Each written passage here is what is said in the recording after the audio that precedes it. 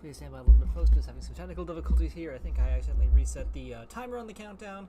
I apologize for that. Close this.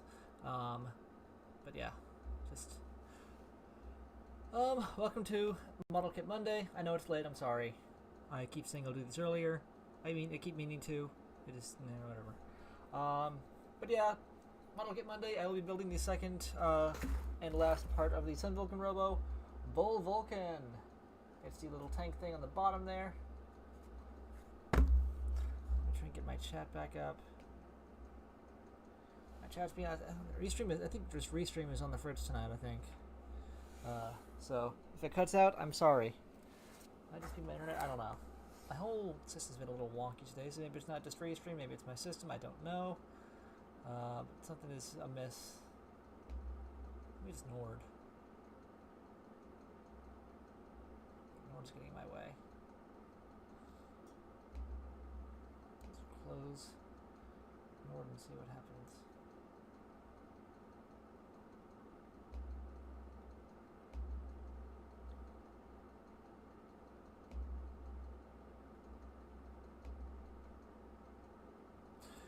Whatever. I'm not gonna beat around the bush. You know what this is. If I don't get your chats, I'm sorry. DM me on Facebook and I'll read them aloud. If you want me to. So I'm probably not going to be gonna have a hard time seeing chats. Is it loading? I don't think it's loading. So I do apologize. Try to have Twitch open.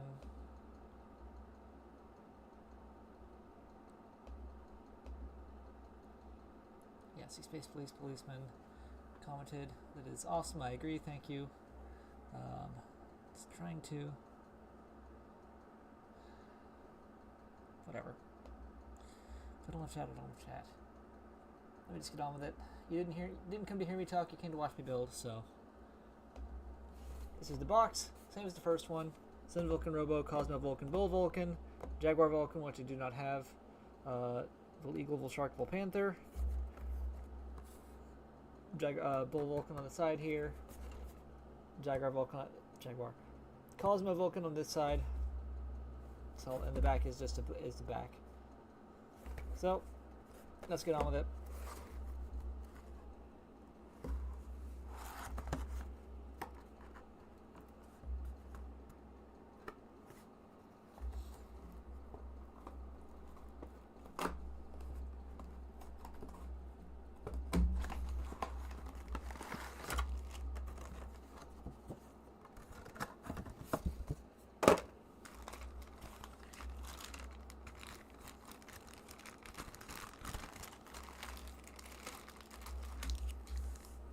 I'm probably going to be switching to Friday streams again because Saturday just doesn't seem to be happening. And Monday's not a good day for me really. I do it only because I need to do it. I want to get my projects out of the way. I don't want to miss too many weeks because regularity is good. And, I've got a backlog. Who doesn't? What builder doesn't have a backlog? I got two chains. Isn't that a wrapper? Two chains? I don't know.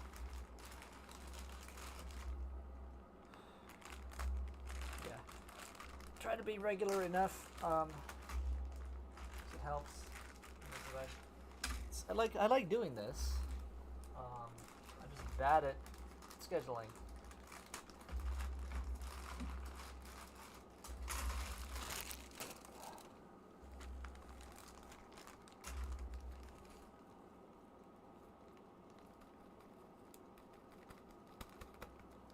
Also, if you hear a low hum, that is my space heater. It's cold. It is beneath the desk. Get these chains out. Take care with those.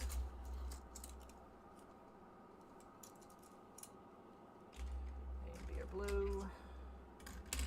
Got hands. Oh, I know who I meant to share that with.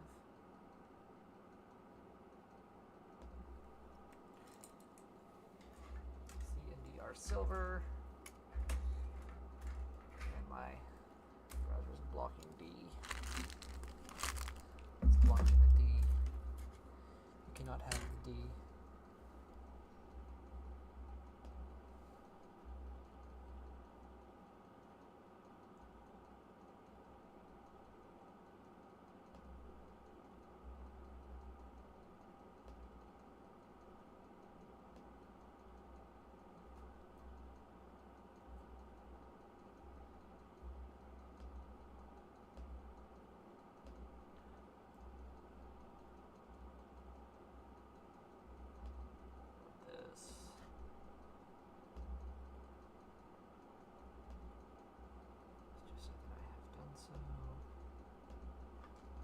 Okay.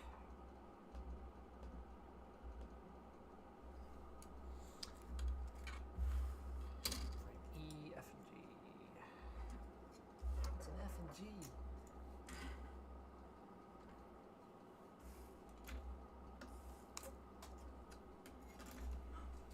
Take this off.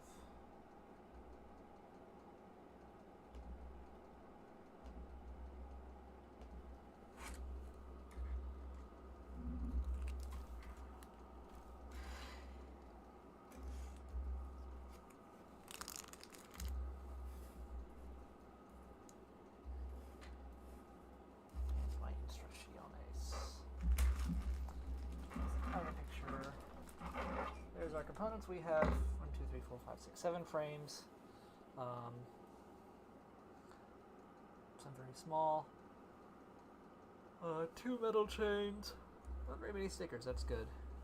And of course our tart candy.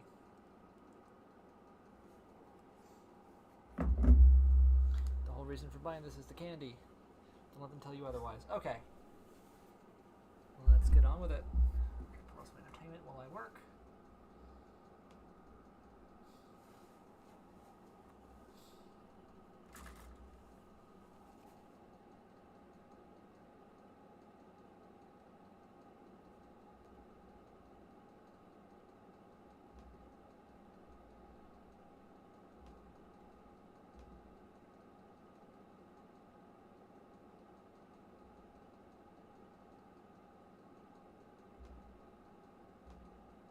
But I didn't know this, but Japan actually has some of the worst turbulence in the world. And that might explain why I don't like flying. Wow! Hello and welcome back to the Abroad in Japan podcast. Probably the best way of learning about life in Japan without actually being in Japan. I'm your host Chris Broad and we're joined as always by England's top Japan enthusiast, Mr. Pete Donaldson himself. Pete, how the devil are you doing? What's going on? I'm good. I clearly don't look in the mirror very often because I just noticed I've got a little mark on my neck. I'm like, what's looking in the camera for the Abroad in Japan podcast? The only time I look at myself is when we're doing the Abroad in Japan podcast. Is that weird? Very I good. just, yeah. Unbelievable. I mean, wow. You're so smart. You're so well dressed there. You look like a 1960s talk show host and the slick hair. You definitely look in the mirror. Come off it. You're lying. Not really. No. I'm dressed in a Mark Henry salmon suit. You're unfamiliar with the work of Mark Henry. I already know that. But, he was a big sort of power lifter who became a wrestler, and he's a big guy. But he did a big retirement speech in the ring, and he's wearing this beautiful salmon number. And I have been for years trying to find this beautiful salmon suit so I could look as good as Mark Henry, Sexual Chocolate. And he body slams John Cena. He pretends that he's retiring, and then John Cena goes to shake his hands, and then he slams him, and he's back, and he's going to have a fight with John Cena. So that's basically what's happening here. I'm trying to look like Mark Henry, Sexual Chocolate. And Chris, you're unfamiliar about what Mark Henry looks like. I think we look quite similar to those of you in the know. Really? I really wish I knew my wrestling. I watched a little bit over the Christmas holidays, and it was kind of cool. I just don't see the appeal in the sense that it's all acting, right? Extreme acting with extreme pain, I imagine. But you've got to admire the dedication to it. And obviously it takes incredible skill to be able to do what they do, and all the stunts. You know. We still need to get you to a wrestling match. Obviously in Japan, it's because you've not really done anything sumo-y, have you? And I think Connor's sort of flirted with a bit of training with DDT. and Chris Brooks and co. But I think we will have to get you to a wrestling match sooner rather than later, because it's a world that is bloody interesting when you start. It's a very strange everyman sport, I think, and you look at the crowds in Tokyo and beyond, and it skews so female, so surprisingly female, and so kind of like salary man, salary women, just kind of watching the match, watching people doing the stuff. It kind of ties in with idol culture. It ties in with nightlife. It ties in with theatre. It ties in with all of these kind of like touchstones that you talk about in your videos and stuff. So yeah, we will have to get you to a wrestling match sooner rather than later. Well, I know Natsuki's a big fan as well, so if I was going to go with anyone, I'd take him along. He'd probably love it. He can tell you know, who everyone is. He knows his stuff. Natsuki's a man who knows a lot more than he lets on about life, not just wrestling. If you say a country, he can reel off the most popular 20 artists of that country. Doesn't matter where it is in the world, from Mozambique to Nicaragua. You say the country, he'll be like, oh, Terry Johnson, or he'll bash it out. I would very He'll know much who it like you is. to just shout the word Mozambique at Natsuki and see what comes out. I reckon he could do it. I'd love that. I reckon he could do it. Oh, why don't And you he'll do tell that? you his Just for favourite- me, next time you see him, just get him in a room and just list all of the countries in Africa, Europe, Australasia, just wherever, and I want to have like a one word reaction to every single country, and let's see who we can offend. Republic of Congo, Venezuela, Tanzania. I'd love to do that. That would be great. He will surprise us. He will surprise. He's a man who knows his geography. That's surprising people well. is very much in his wheelhouse. That's all he does, the man. His charm is just pulling a reference out of his bomb that we just did not know was in there effectively. He's great. He's incredible. He really is. I do wonder this year. I had this idea on the back burner for years now. We were dangerously close to doing it before COVID kicked off. And it was like Natsuki's bucket list. And it was we were going to travel the world and do these crazy, wacky things on Natsuki's bucket list with a little bit of tweaking, because Natsuki's bucket list is questionable. It's literally, I want to go to Camden and buy a guitar. And it's like, we're not going to It's just London you to buy buying a him guitar. stuff. That's I want to shit. shoot an elephant. Oh, you're the worst, Natsuki. It was very. I did ask him once. It was very obscure. He was like, I want to go Czech Republic and have beer, and it's like, oh, it could be cool. Bit random. Yeah, that's Don't know if doable. it's video That's it. potential, but why not? You know, could be fun. Yeah. So, but then COVID happened and we couldn't travel, and but I have been thinking about it recently because. You know, I think the most popular episodes on Journey Across Japan were the ones with Natsuki. He's still very popular. He made the island video hilarious with his quips and his weird dressing up as Black Santa, whatever that is. He just pulls things out of the hat that you don't expect. That sounds really dodgy. But he's a man of many talents. And I think he'll be good. Natsuki's bucket list, Journey Across the World, Natsuki's bucket list. What do you reckon? Should we do it, Pete? Yeah, no, Or I was it think effort? whatever. I mean, obviously from here, the Czech Republic, you know, Prague seems like an easy trip because it's where everyone goes on their stag do's. But like from here, it's kind of like easy jetable. But is there a Japanese kind of low cost airline that gets you to Eastern Europe quite easily? No, there isn't. No, No, there isn't. Right. Okay, Turkish Airlines. I don't know. Yeah. No. Changing. I mean, even Changing A&A, Istanbul. the windows are cracking, aren't they? The window cracked this week on an A&A Boeing airplane, a 737-800. I think Boeing. Boeing's had a bloody we didn't week come in of and it, haven't discuss they? Boeing. Boeing's had a time. of it, Yeah. haven't they? Did you see that they found like an iPhone that had fallen out the window of one of the planes? Like you know those the Jesus planes Christ. with the door that sort of popped off. They Oh, found the like, an Alaska iPhone. Airlines flight. Yeah, and they found an iPhone in someone's garden, and it was still working absolutely fine. Amazing. Finders keepers. Did he or she get to keep it? I don't think so. I think they'd probably get a free iPhone maybe out of it. It's a real shame. I didn't come here to discuss Boeing, but I had a weird obsession with planes as a kid.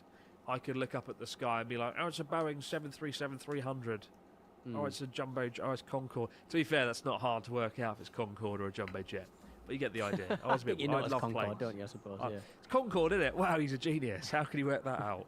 The two loudest Olympus engines in the world, deafening the whole neighbourhood. But like, I loved airplanes, and Boeing, great company. And then they stopped being good. And now, you know, the old phrase, if it's not Boeing, I'm not going. Now it's, if it's Boeing, fuck going. Because lots of things seem to be going wrong. I think, I watched a great documentary on it. Apparently Boeing, they moved their global headquarters from where all the engineers are in Everett, in Washington State, near Seattle, our beloved Seattle. And they moved to Chicago, and it became like a corporate, financial, money-first approach over engineering, which obviously ended very badly with the 737 MAX planes. But yeah, real shame. These things keep happening. Cracked windscreen on an ANA flight. ANA do a really good job looking after their fleet, typically. They're like one of the world's few 5-star rated carriers. Nothing seems to ever go wrong on ANA, touch wood. And yeah, so the crack is very suspicious, and it was only found, you know, a week after this door fell off. Another just, what are they doing? Boeing, sort it out. Sort it out, Boeing. Was it a cracked window in the actual windscreen, or was it just a window down the side of the fuselage?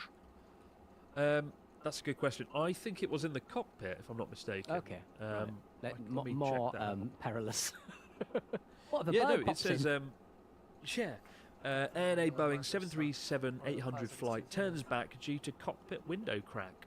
And obviously, something could have come off the runway and chipped it or whatever, but it comes at a time when, you know, airlines around the world are checking their planes, a different model of plane, albeit, to see if anything's going wrong. It's all just very bad. To Airbus's delight, I'm sure, because they're probably going to do quite well out of this. But yeah, real shame, real shame. But enough about Boeing, enough about ANA. We got a story this week from John, who says, "Dear Charming Chris and Positive Pete, warm greetings from Singapore. I've been a devoted fan and recently became a podcast aficionado, relishing every moment." Thank you very much, John. My family and I are seasoned Japan explorers, spanning the picturesque landscape from sunny Okinawa to the snowy embrace of Hokkaido. However, let me whisk you away to one of our earlier escapades in Hokkaido amidst the relatively more remote regions, and keep in mind that as this happened nearly a decade ago, Google Translate had yet to become the linguistic saviour that it is today. That's true, actually. When my friends were over for Journey Across Japan, Dave, Ellen, the team, everyone's so reliant on Google Translate now. And I was amazed, because usually the menus at restaurants every night, they're usually impenetrable kanji. And they would like bring out Ian, good old Ian, he'd come out with his phone, he'd take a photo on Google Translate, flip it all to English and send it out to the team at the restaurant there and then. God bless Ian, what a great name. What did we do before Google Translate? What did we do before Ian? That's the question. What did we do before Ian? We cried. We sat in a room and cried. Anyway, armed with the trusty JR pass to traverse the island. My bot that reads comments is not working for some reason. So I won't be able to hear comments. I've got Twitch open on one screen to look for comments there, but you know, nothing's really happening. I don't really get many religious commenters on my videos. So this might just be a vibe stream. I do apologize.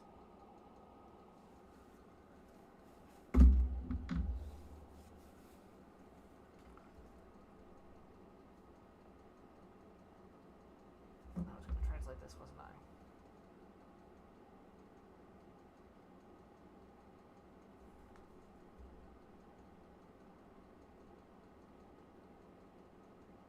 Careful where you cut. That's good advice. We assumed boarding the JR bus would be a breeze, much like the trains.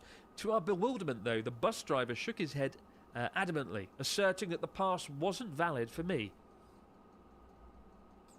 Google Translate. What did we do before Ian? That's the question. What did we do before Ian? We cried. We sat in a room and cried. Anyway, armed with the trusty JR pass to traverse the island, we assumed boarding the JR bus would be a breeze, much like the trains. To our bewilderment, though, the bus driver shook his head adamantly, asserting that the pass wasn't valid for me, as I was no longer a child, even though I was only 10 years old that year. So, there we were, playing a curious game of pointing at the pass, then at my passport, followed by wild gesticulation and the repetition of 10 years old, to plead our case. In spite of our best efforts, the bus captain remained resolute. At this point, we were worried about being nuisances, so we reluctantly coughed up the extra fare and begrudgingly boarded, sulking all the way. Have either of you ever encountered a situation where the locals refused to believe your age? And what, in your charming opinion, would have been the best course of action in the bus conundrum? Love the podcast. 10-year-old John, presumably now about 20. What a weird situation. I know, like in Japan, people don't check your age at all when it comes to alcohol, cigarettes, naughtiness, all that stuff. Clearly they care if you're young. But like Charlotte, when Charlotte and I go to the UK, she gets ID'd at everything we do, which I don't understand why. She doesn't look that young. I know she looks good for her age, don't get me wrong. But she doesn't look 18 years old. No. She doesn't look 18, right? But in Japan, never had an ID issue. Nobody cares. So that's quite interesting that they get quite anal about, you know, if you're 10 years or younger or whatever. What do you make of this, Pete? What's going on? Was it just an annoying bus driver playing by the rules too hard? Yeah, I mean, I What do you think make of it? with stuff like that, it's I think it like passes like that is just so confusing anyway.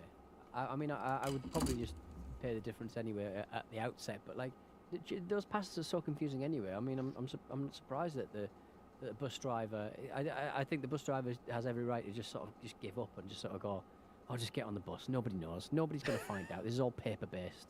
I just get on the bus. I can't be. Yeah. But in Japan, they are sticklers for what is right and what is true and what is written on a piece of paper in front of them. As you well know, as a man who recently tried to extract some money out of a bank, Chris. Yes, yeah, horrible episode. Yeah, don't ever do banking in Japan. It'll drive you up the wall. I mean, in contrast to that, though, this guy, a stickler for the rules, and then there was the man at Shinjuku Park who was too scared to ask the foreigners for money, and he cost the park something like $200,000, where they realised that, wait a minute, why are all the foreigners going through that booth? Why is there no revenue for this period of months? And He got taken lost off his pension over I it, seem to sadly. recall as well. Yeah. Yeah, all a bit weird, isn't it?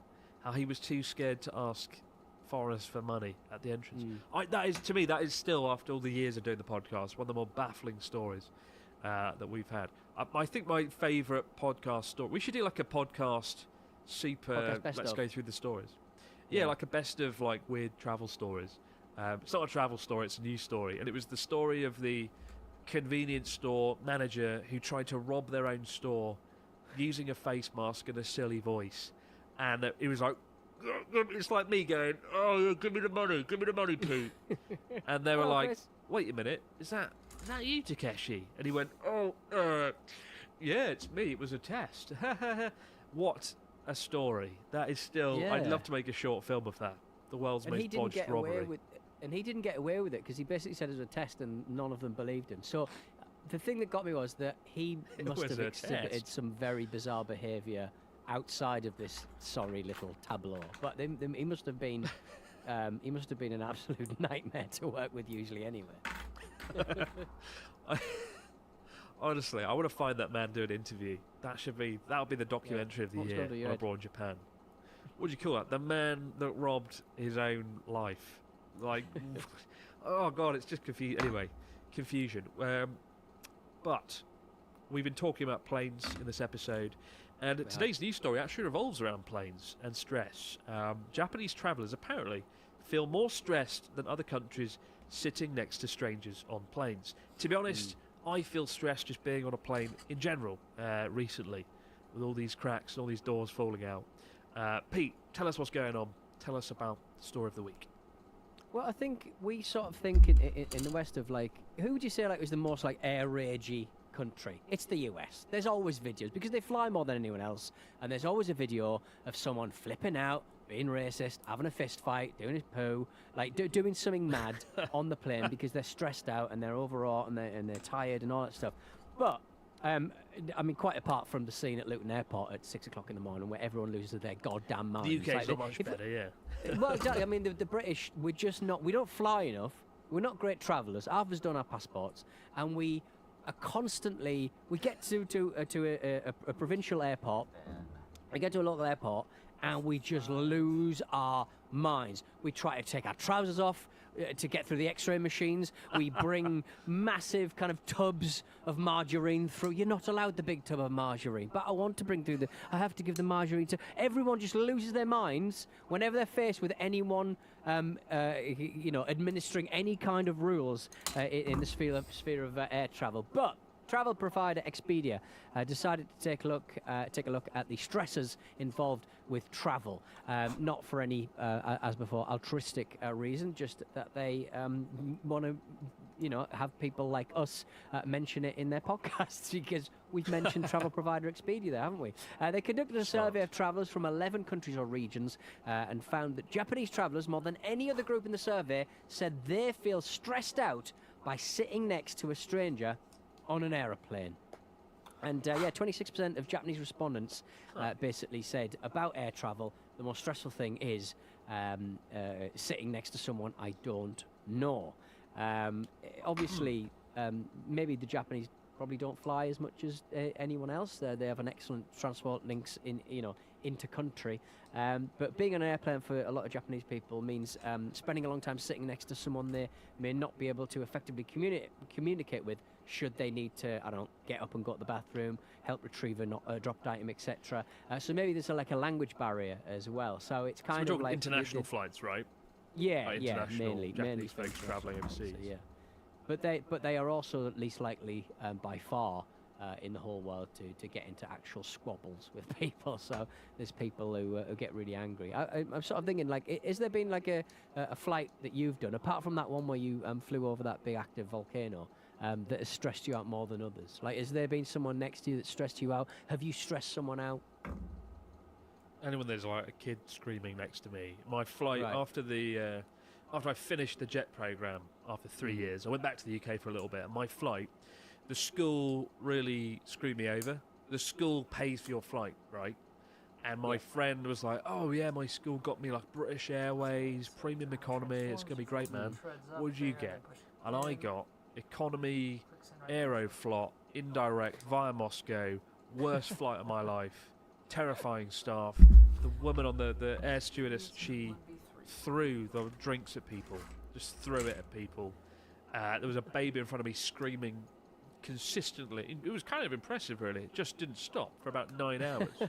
And there was a French girl the aisle over just looking so angry. And that made me laugh. I was like, I'm suffering, but so's she. We're all in this together, but it's quite funny laughing at that. And and then when there's turbulence on an Aeroflot plane, it makes it seem like it's the end of the world. Usually, the seatbelt sign comes on, it goes ding, and the sign comes on, you're like, oh, I better buckle up, whatever. On Aeroflot, this really scary, just danger, turbulence is approaching, be very careful. And it was this fucking big voice, scary voice came out, and it made it seem things were going to go awfully wrong. Didn't like that flight. And then I got to Moscow, and it was a brand new airport terminal, so I thought, I'll be great. And then I had no Russian money with me. My credit cards didn't work. I had no access to funds, and I was starving. And I just couldn't eat anything. I couldn't do anything. I just wandered back and forth across this weird terminal where there was only one toilet for 20,000 people. There was a queue for the women's toilet so long, it was like a fucking football stadium length queue. It was just awful. It's really bad. Yeah. That has nothing to do with Japan either, does it? But it was awful. Gene, you thought it was in the height of the Cold War, so you brought Beatles records and denims. So you're like, it's fine, it's absolutely fine. Brought a Sting album. That was. But I actually read an interesting article the other day about the most turbulent flights on the planet, and actually one of the top 10 most turbulent flights was Sendai to Osaka. Which I've done. I've done many a time, and it is turbulent because it's quite a small plane that goes over Mount Fuji and the Japanese Alps, which are quite bumpy. But I didn't know this, but Japan actually has some of the worst turbulence in the world, and that might explain why I don't like flying, because it is pretty bad. It's quite a very hot, humid country. That heat rising, it causes a lot of turbulence, and the turbulence I've had here has been just terrifying. It's horrible. So maybe that's why I don't like flying, And being in the Cessna over Sakurajima volcano certainly didn't help either. But what I will say is Japanese passengers are amazing. They get on the plane, they sit down, they fall asleep. Magic, done. No talking, no conversation. And I remember the most sort of scary turbulence I've had. I remember just looking around at everyone. Everyone was asleep. And I'm like clutching onto the chair like, we're going to die. Ah! And everyone's just like, shh. And I'm like, how can they sleep through this? How can everyone be so calm? My God, such faith in airplanes. Clearly they've never flown on a Boeing 737 MAX when the fucking doors fall out. Got some interesting Honestly, stuff but going yeah, on here. bumpy ride. If you don't like turbulence, get ready for Japan. Flying over Japan. You ever had a turbulent flight like that? No, I would say that the only kind of really I find I'm little and I don't mind I don't mind just sort of falling asleep for as long as I can. I prefer a window seat, so I'm out of trouble. But I remember coming to New York one time, and the day I was off to and I was going to do a little kind of Atlanta, Nashville, kind of New Orleans kind of little sort of Greyhound bus trip with a mate. And the day before, I'd come home a bit worse for wear, and I made myself a pot noodle. But the pot noodle lid, sort of at the last minute, flapped closed as I was pouring the boiling water on, and it basically the boiling water just poured in its entirety onto my foot. That just had a sock on, and I should have, like, looking back, I can still see it now on my foot, and that was like 7 years ago.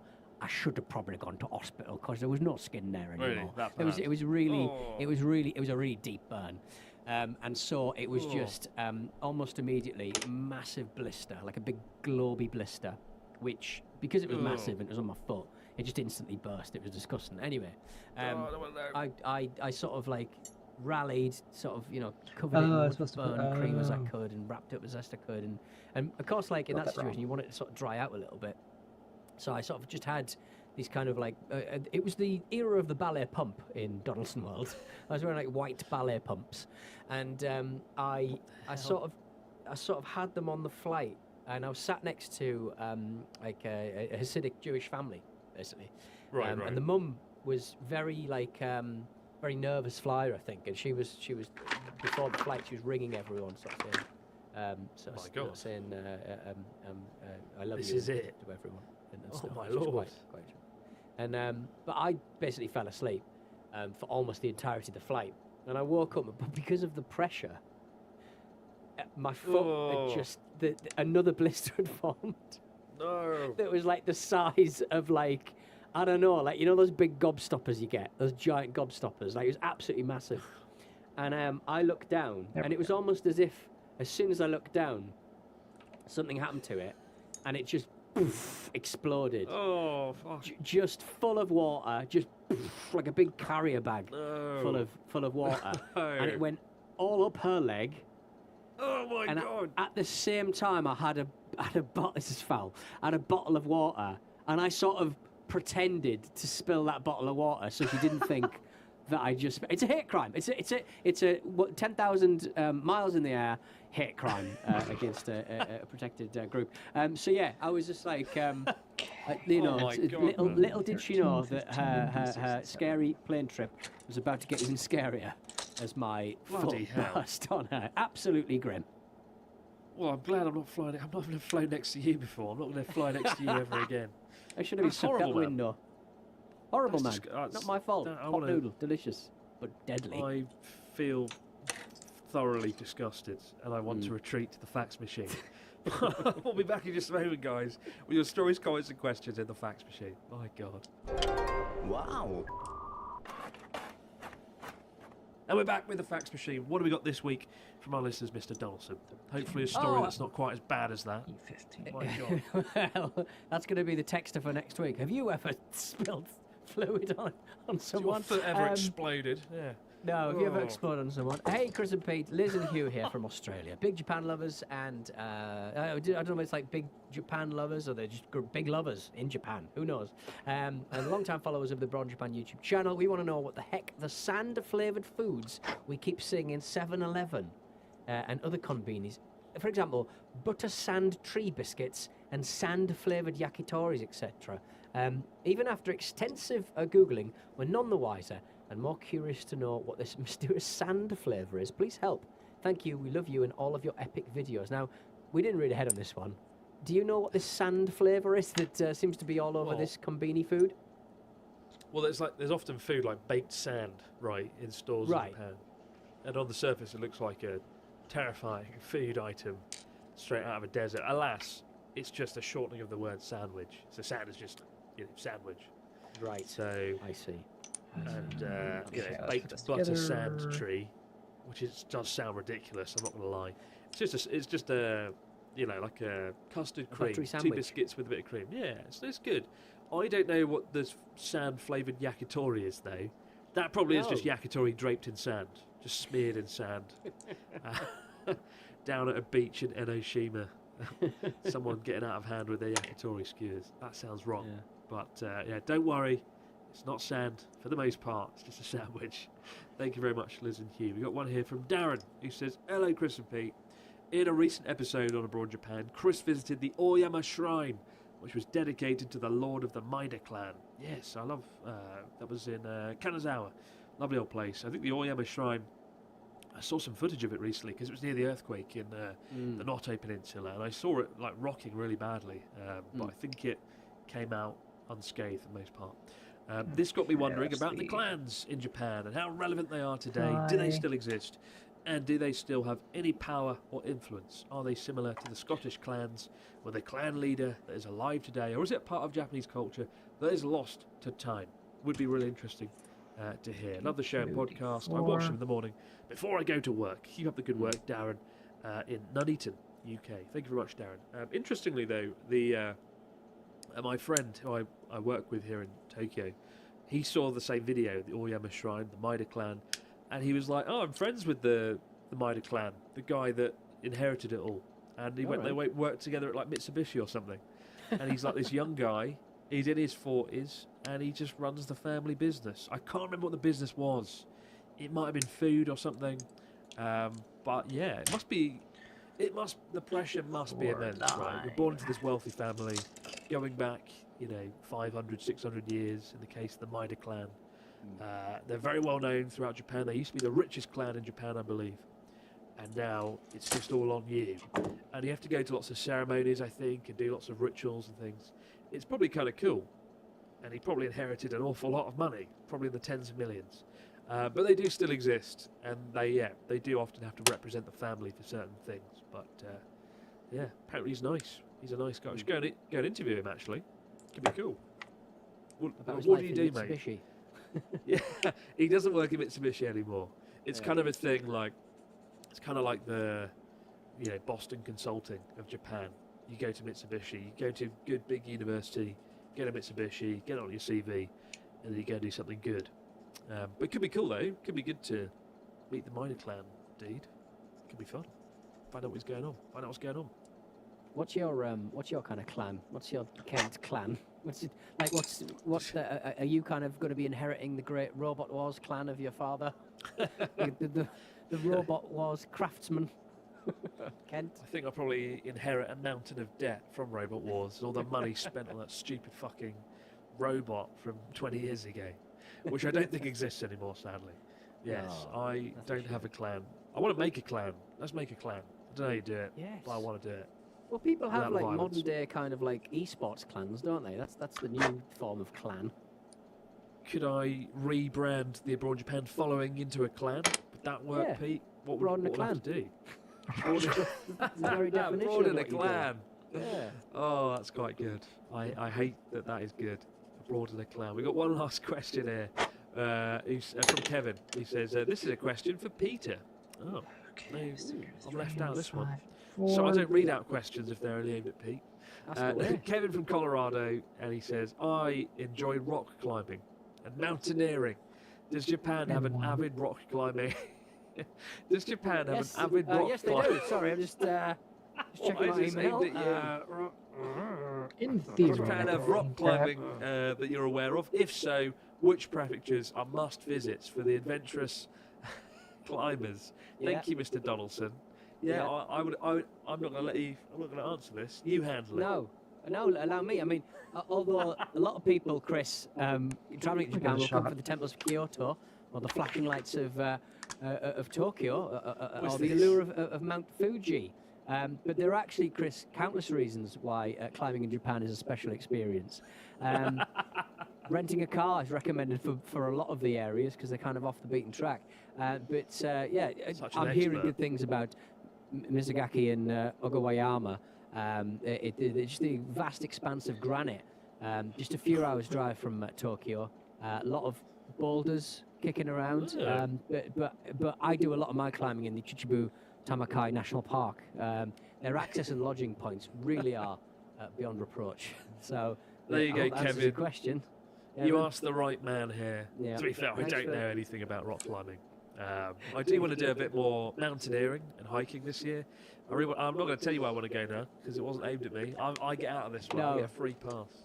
No, You only I get don't Pete think you, Dawson I don't think you after. should be allowed out doing any outdoors things with your tent, your big cold tent. Oh, well. God, it didn't end well last time, did it? Maybe never again. Keep the stories, questions, comments coming into broadjapanpodcast@gmail.com or down in the comments below on YouTube. For now, guys, have yourself a great few days. We'll see you right back here to do it all over again on the Abroad Japan And podcast. you Have too. yourself a good few days. Bye for now.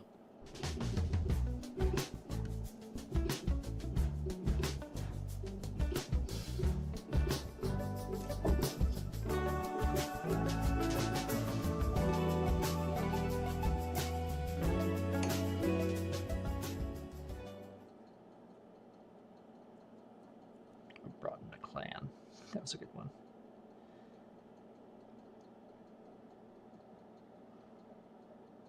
Okay, this goes in that way. Okay.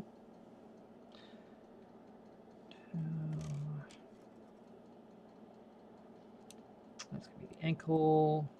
No, actually, I think that's the knee. That's the ankle.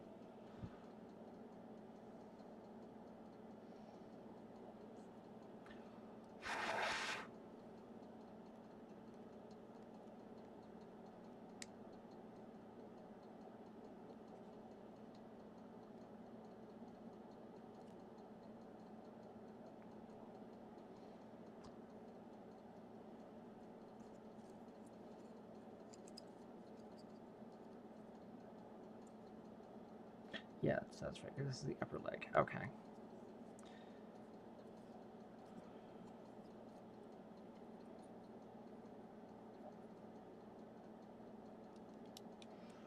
Okay, and it all comes together. Maybe. Oh. Right, no clearance there.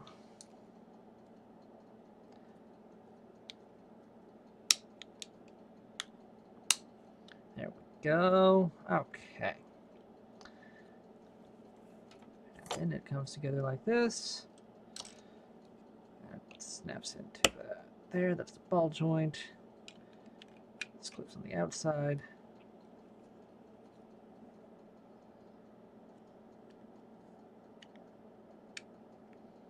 So really, we keep this in place. It doesn't seem like it's got much to hold it on. Just a wish and a prayer.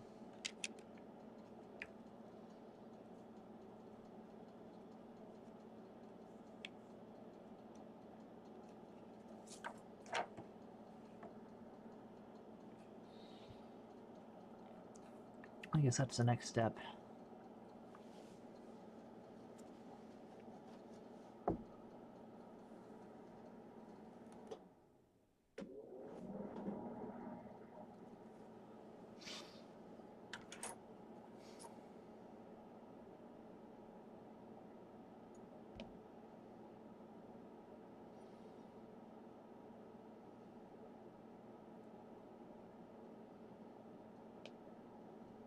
When I was 8, I went to a friend's house to play his GameCube.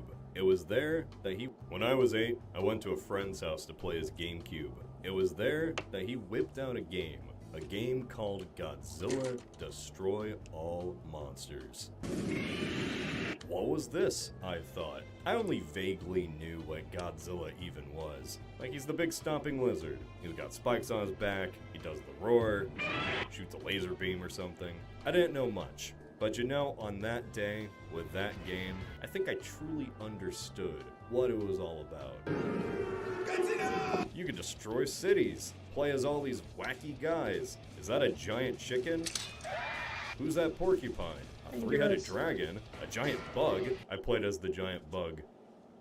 Megalon enjoyers unite. My point here is that this game started me and my brother down a path. The path of being a Godzilla fan. Of being a kaiju fan in general, really. I didn't see every single Godzilla movie, but I knew the hits. The original, Destroy All Monsters, Godzilla v Mechagodzilla, Return of Godzilla, King Ghidorah, Godzilla 2000, and who could forget the artistic masterpiece of King Kong v Godzilla.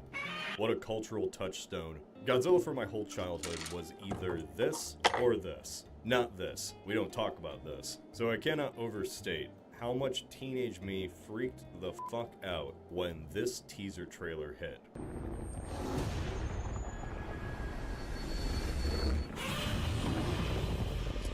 Oh my Godzilla. 2014. One of the most anticipated movies of my life. It finally happened! Somebody pinch me!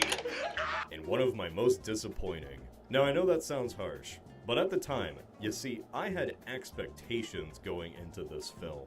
Some were met, others weren't. Now as time has gone on, what this movie even meant has taken on a whole different thing than 2014 me could have even realized. A cinematic universe. A monsterverse, if you will. All we knew back then was that Hollywood was attempting to make another American Godzilla movie. One that was actually Godzilla this time. And now it's gonna be 10 years. 10 years of the MonsterVerse. As we've seen this last decade, making a cinematic universe is apparently hard as hell. Who really remains? DC died a horrific, embarrassing death. James Gunn's trying everything in his power to resuscitate a corpse. Breathe, darn you! Star Wars is pretty much a cinematic universe now that's been banished to streaming, held up by Baby Yoda merch. The Dark Universe... Dark Universe, and even the one who started it all, the MCU, the golden goose everyone's been trying to replicate. I think the goose just died.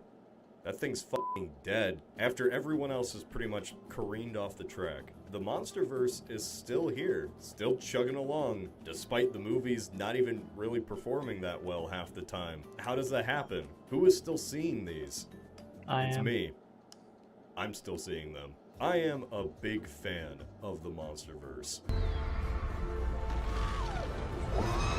It's flawed, it's not perfect, but my god does it try. It's like your local sports team that doesn't have the best record. Do they always make the best decisions? No. Are they still your team? Yes. I'm a kaiju fan. I like that these things even exist. So I'm gonna be rooting for it no matter what, in any direction it goes. And that direction now happens to be Pink Godzilla fighting the Monkey King at the center of the Earth. But as insane as these movies are gonna get, they ironically started with the exact opposite premise. A far more grounded, bleaker, and darker Godzilla flick. I mean literally darker. They f***ed up something on the digital version. You can't see anything. Like people on YouTube went back and brightened the scenes because it was so bad. How did they f*** this up? In the late 2000s, Godzilla was dead. The franchise had just kind of ran out of steam at a certain point, even in Japan. After that came out, Toho released a few new movies to try to distance the property from Roland Emmerich as much as possible. The last movie, Godzilla Final Wars, came in third at the box office in Japan, getting absolutely obliterated by Howl's Moving Castle and The Incredibles. Final Wars was such a failure, Toho wouldn't make their own Godzilla until Shin came out a decade later. But hey, at least it gave us this.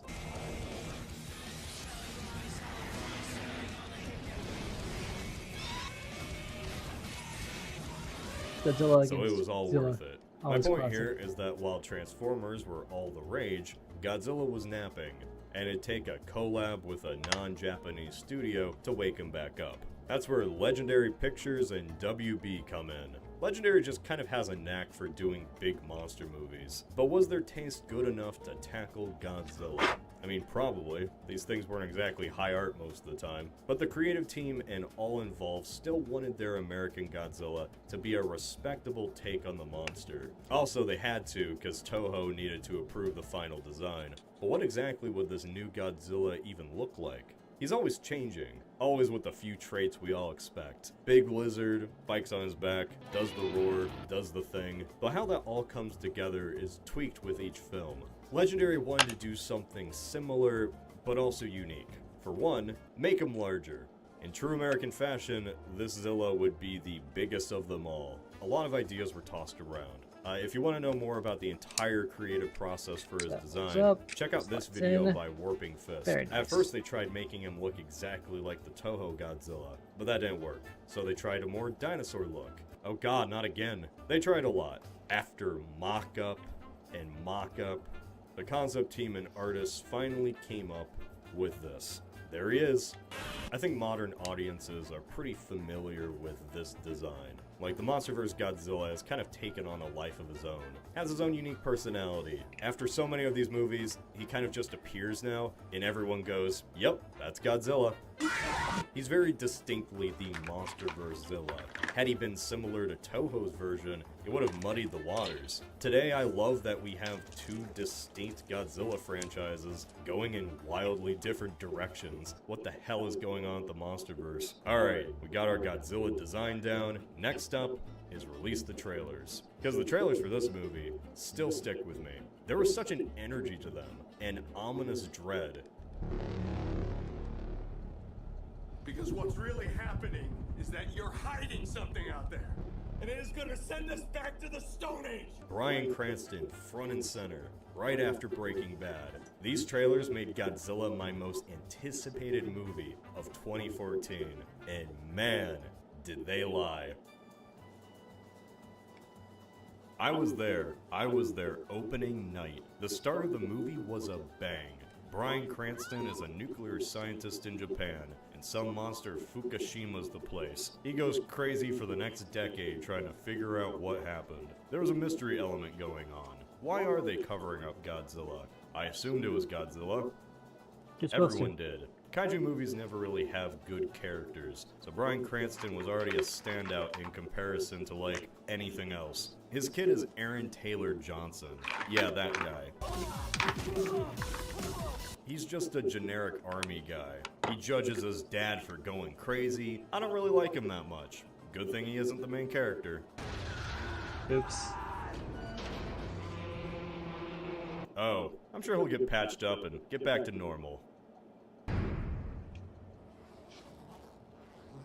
Dude was the backbone of the whole marketing campaign to get butts in the seats. They knew what they were doing. Stone Age! There was even that Flash Gets cartoon with Walter White. And then he dies. I remember the moment of deflation, when sheer disappointment came over me. It wasn't just me. Other people in the audience too were like, what? No. A guy in the back went, oh, come on. And then we followed his boring ass son for the rest of the movie. Yippee. Ah, damn, you sure got me, movie. Didn't expect the story to take a nosedive. I walked out of it pretty disappointed. Now, some of you might think, how was he disappointed even with the monster fights? Well, Pacific Rim came out the year before.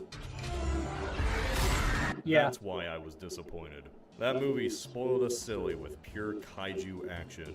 And then all the action in Godzilla 2014 is just adjacent. There it is, Gary. There it is. Most of the movie is Godzilla showing up, doing a roar, and then it cuts away. They shut the door whenever it's getting good. Literally. Man, that city sure is destroyed. Wish I could have saw what caused it. After those emotional highs and lows, I just didn't watch this movie for 10 years. I saw the sequels in theaters, all of them, but I just never went back to the original. Until now. So what did I think of it? It's still not very good. I've talked about some bad movies, like Moonfall or Transformers Slop. And those are uniquely bad. Godzilla 2014, it's not that bad. It's just meh. You can have the most competently made movie with a talented director, along with CG that's honestly better than 90% of the films from today. But if a majority of the screen time is spent looking at Kick-Ass's face doing this, then what are we even doing here? I guess before I go on a rant, I should probably talk about the things I liked, huh? Gareth Edwards knows how to showcase scale. He has such a particular grounded style to these concepts that I absolutely adore. He did it again with his newest film, The Creator. Showing monsters from a person's eye view really went a long way in showing that scale. I mean, hell, imagine this appears in your skyline. That'd be nuts. That was something very unique to Edwards, and it was good, to a certain extent. How about Godzilla himself? He's portrayed pretty perfectly for the most part. In terms of the morality of Godzilla's, if we're calling it that, this one's neutral good. He's technically the protagonist and is defeating the worst monster, but he cares very little for property damage. Patrick, we saved the city! Like the army's having a one-sided battle against him, and it's all because he wants to get past the bridge. Godzilla did nothing wrong, he's just defending his territory. You were the ones who built San Francisco there. Hell, I'm gonna say it, I like the Muto designs. They've grown on me. They're just these weird giant bugs that don't really have real eyes. It's like their eyes are just windows. What even is that? They also kind of remind me of Tyranids, and I'm a lot more into 40k than I was back then. The idea that they can create EMP blasts and shut down modern technology is such a good workaround the military just obliterating these things with American firepower. Now how they're implemented is a whole different story. Okay, the bad stuff. I have nothing against Aaron Taylor Johnson. I liked him in Bullet Train. But woof, his inclusion in this movie brought it way down. I just don't think he's built to be the serious military type they were aiming for. What we got was dull and boring, and it's not helped that his character is just a drastic step down compared to Bryan Cranston's intensity. That was the last time I mentioned him, I swear. But one thing that hasn't really helped it in retrospect is Aaron Taylor Johnson and Elizabeth Olsen playing husband and wife. So modern audiences saw these two play brother and sister in one film, and then in Godzilla, Jesus Christ. talk about an unfortunate coincidence in casting. Their agents worked too hard that year, or not enough. Now, as much as I complain, it's not like EOD Lieutenant Ford Brody really mattered that much. He only exists to be a human anchor to sorta view the monster action when no one else can. Keyword sorta. In retrospect, it makes sense why they killed Bryan Cranston off so early in the movie. It's not like he would still be around for this, or that. I mean, what would you really do with him? Have him hang out with Ken Watanabe as he fangirls over the big lizard? Let them fight. Most Godzilla movies are just a collection of meetings. People talking about stuff, until the guys in rubber suits show up and have a smackdown. And then, the only thing anybody ever remembers is the smackdown. Go online and look up clips of Godzilla 2014. Same thing. In that sense, this film is carrying on a very noble tradition of having human characters that nobody gives a f*** about. Which is fine. I don't care about boring human characters, because usually what's at the end of the tunnel is absolutely worth it. You did your suffering. Now here's whatever the fuck this is. Yet with Godzilla 2014, what monster action do we get? Fighting on the news. Fighting about to happen. Fighting in the clouds. And then finally we get moments of action that last like 5 minutes. And then it ends. The atomic breath reveal is still really cool. Man, people went nuts for that in the theater. And the way the Muto is killed is awesome as well. That thing's head comes off. I don't remember that. My biggest problem with this movie is that despite being called Godzilla, Godzilla really isn't in it a lot. This is actually the Muto movie, with guest star Godzilla. The Muto are the driving monsters of the entire plot. A Muto is what destroyed the nuclear plant and killed the main character's mom. A Muto is what drove Bryan Cranston insane because he knew the government was covering something up. A Muto. And then that Muto kills Bryan Cranston. The Mutos cause most of the destruction and conflict in the movie. They are the main priority for our protagonist to take out. And then Godzilla is there too, I guess. As cool as he is, his best scenes are just him showing up. Imagine a John Wick movie if Keanu Reeves showed up whipped out his gun, and then they didn't show the fight. Remember when I said the trailers lied? Well, this is mainly where they did. You are not fooling anybody when you say that what happened was a natural disaster. The trailers implied that most of the scenes being shown were related to Godzilla in some way. Because what's really happening is that you're hiding something out there. But in the end, nope. Muto. Why lie in the trailers? Well, it's because the movie is pretty casual about the existence of Godzilla, actually. Like, there's initial concern and hesitation, sure. He wrecks up the place by accident, but none of our main characters are ever slightly concerned that Godzilla would ever do harm to people, unlike the Muto. Right off the bat, even in the first movie, he's kind of just seen as this protector.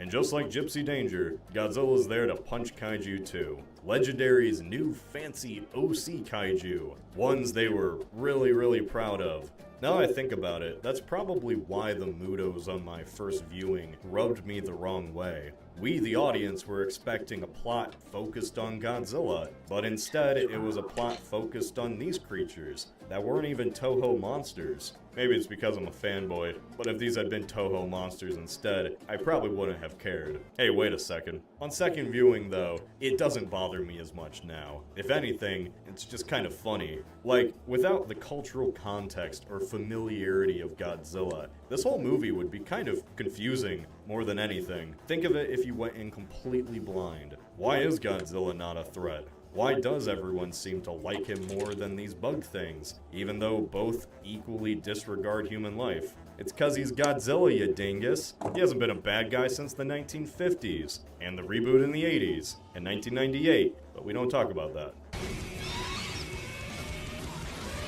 For full disclosure, I think this whole video review got a tad tainted because of a little film that just recently came out called Godzilla -1. Like, the Godzilla in that movie is a horrific asshole who just wants to fuck shit up.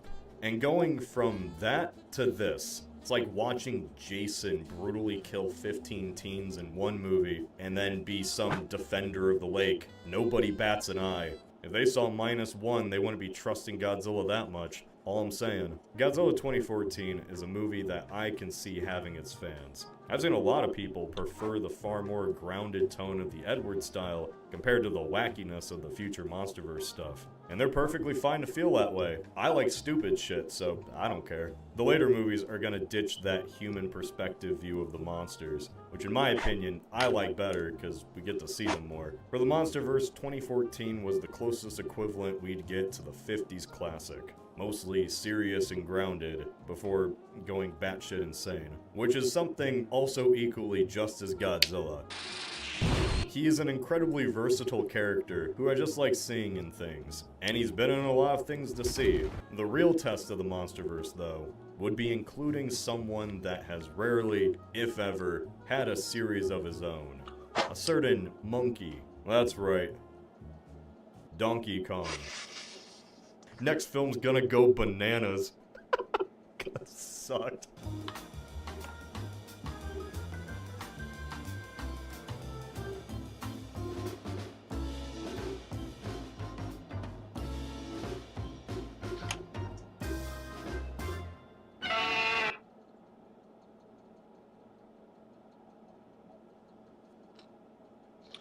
Put this on here before I filled out a thing.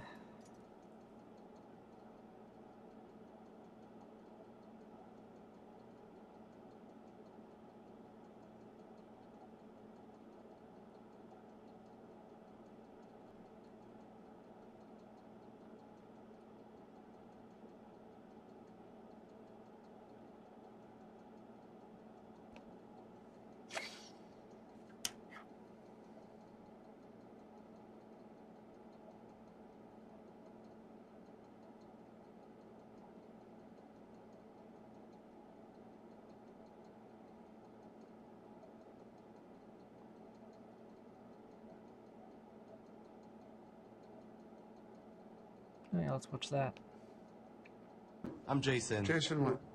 Holt. J- I'm Jason. Jason what? Holt. Jason Holt. Don't Yes. you have... Holt doesn't sound Jewish. Well, my dad's Jewish. Okay, my dad is too. You don't have to join the Israeli army? You do. Well, when are you going to join? In the 2000s, Hasbro decided to take their wide range of IPs and adapt them for the big screen. Their first attempt with Transformers was a massive success, and spawned a franchise that would crash and burn horrendously, killing millions of people. Their second was G.I. Joe, Rise of Cobra, which sure was a movie. After 2 absolute hits, Hasbro was sitting around and thought, you know what kids find really cool? Battleship. Battleship! Oh, it's not like Battleship. We really gotta milk that current hot trend of Battleship. Then another executive said, that's a great idea. And you know what I think when I imagine a Battleship adaptation? Aliens? Aliens. Both of these executives were charged by the Geneva Convention the following year. But it was too late. Battleship the movie was greenlit and debuted in theaters in 2012. The end result was a film that combined every overused trope and director style at the time. A trend I've noticed with a few of my videos is that I tend to give a piece of media that isn't perfect, some benefit of the doubt. Battleship is fascinating to me in just how irredeemable it kind of is. Mountain right now. Wait, what's going on? Why? The island's under attack. Attacked by who? I don't know. People using the word alien. Aliens? It can't be that bad, right? First, if you like this movie, that's completely fine. Just probably genuinely rewatch it before giving me anything in the comments. Second, if you say it has fun moments, yeah, you're right. It's just this scene.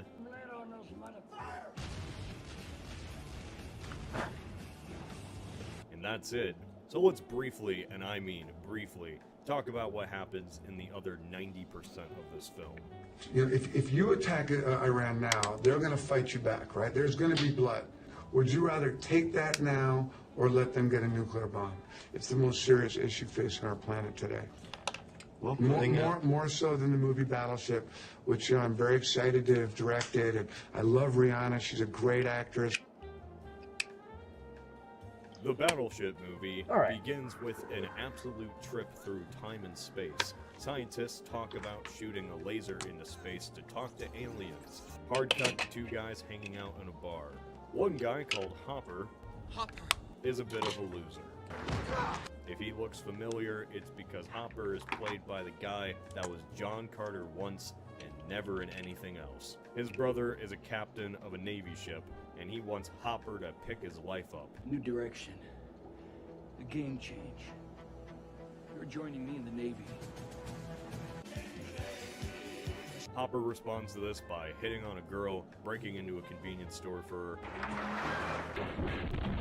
and getting tased by the cops.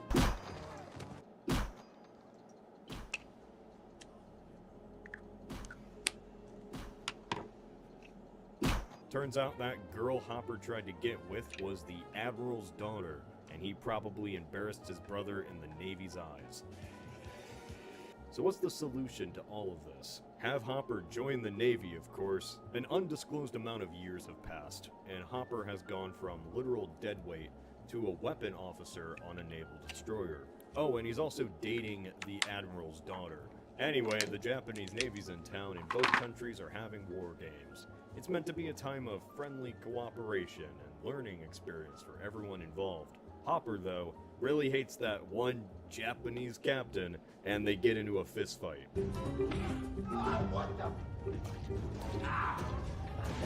Everyone gives him the typical speech that he's got talent, but he's just lazy. You're a very smart individual with very weak character, leadership, and decision-making skills. You're a loose cannon, meow meow, fuzzy face. You've seen this before. Well, I wonder if there will be some extraordinary situation from which he can prove his worth. Oh wow, an extraordinary situation from which he can prove his worth. You see, this whole time, aliens have been following the signal established earlier and head directly to beat up this one nerd, fracturing one ship and sending it spiraling directly into Hong Kong.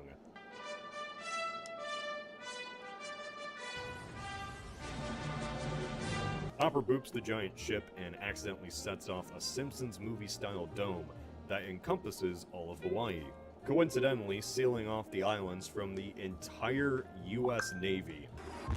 You know, except for our main characters, of course, because movie has to happen. All communication is dead, radar doesn't work. The only way any ship can operate is by firing and viewing manually. Turns out the aliens only react when weapons are aimed at them, or they only attack weapons and not humans. The movie kind of flip-flops on which it's supposed to be. But getting back to the story, the aliens blow up 2 allied ships, including Hopper's brother, leaving him the reluctant hero. But like, super reluctant. Like, he's actually incredibly useless. So many other characters actually do a lot more in the plot than Hopper. His rival Japanese friend figures out how to use the buoys in the ocean to create the actual battleship game and take out 3 ships. Oh, you hit my battleship! His girlfriend does more. The aliens are defeated and blown up. Their shield goes down and they face the full force of $1 trillion military budget. The end. Okay, let's talk about the problems. I find this movie fascinating because the only way I can truly describe it is if you took elements of Battle Los Angeles and Transformers and brutally mashed them together. Because I don't know if you could tell, but the visual aesthetic and directing style of this movie is just Michael Bay light. And that faux Bayness trickles down to the very core of this film. And they don't just copy Michael Bay, but other directors of the time too. Like, say, just throw some J.J. Abrams in there as well. This is what's popular, right? I truly saved the show! It's like the worst elements of this period in time were chucked into a blender, and this was the concoction. So the best way to show this is through visual presentation. 1. Lens flares. So many lens flares. In fact, half of the time, what even is happening?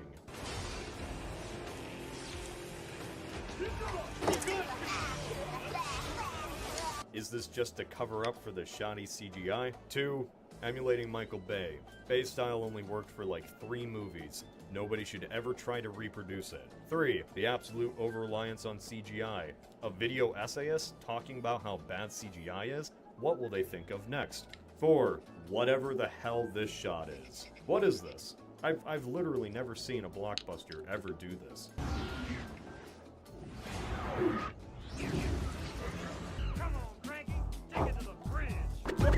Yeah, so those are the visual issues. There's a lot more, but I'm trying to condense this. The overall aesthetic of Battleship 2012 is that of a mobile game ad. Like, this kind of looks cool, but you know the real visuals of the game are not gonna look like this. I don't know, should I talk about the story or characters? I don't know, I guess I should. It's just draining looking at this for too long, you know? How about we take a break and we'll all come back nice and refreshed.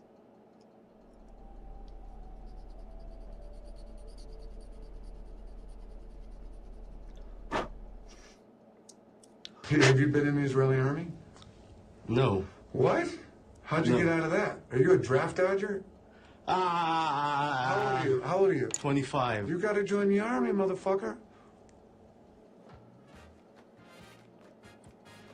So I actually remember this. Around the 2010s, it was often peddled in pop science fiction blogs that when aliens ever meet humanity, it would be like Columbus meeting the natives. As in, you know, not good. And you just know that the screenwriter that wrote this saw that line and thought, man, it sure would be deep to include this. If there is intelligent life out there and they come here, it's going to be like Columbus and the Indians. Even though this is the one alien invasion story where that line is not applicable at all. Independence Day, sure. War of the Worlds, also sure. But the aliens in Battleship are the nicest invaders ever. As you see, they actively go out of their way to make sure that the main characters are never harmed whatsoever. Nobody in the main cast actually dies, except for, you know.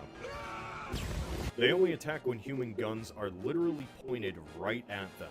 And they don't even go after actual humans, they just go after weapons. I got a bad feeling about this. Kind of bad feeling. Like we're gonna need a new planet. Kind of bad feeling. Okay, what are you talking about? They could have just killed you all right then and there, and instead decided to leave. I've seen people interpret the aliens not being overly violent in this movie as them actually being good. That this entire movie was simply started over a miscommunication, and my response to that is no. They're just written badly. The movie seems to switch on a whim when the aliens will and won't use violence, and they have no qualms just killing side characters.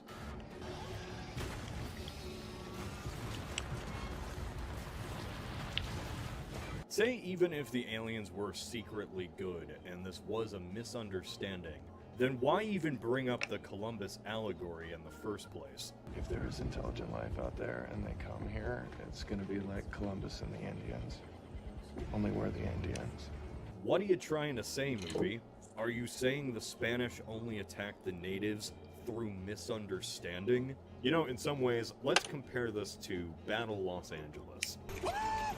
Those aliens were designed to be fought by a specific branch of the US military, with small squad-based raiders that were perfect for Marines to deal with. The aliens in Battleship aren't simply designed to be fought by the US Navy. They were designed to be fought in an adaptation of a board game.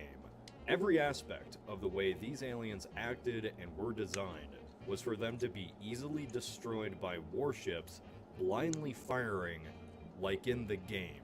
Their ships, despite coming from space, don't fly.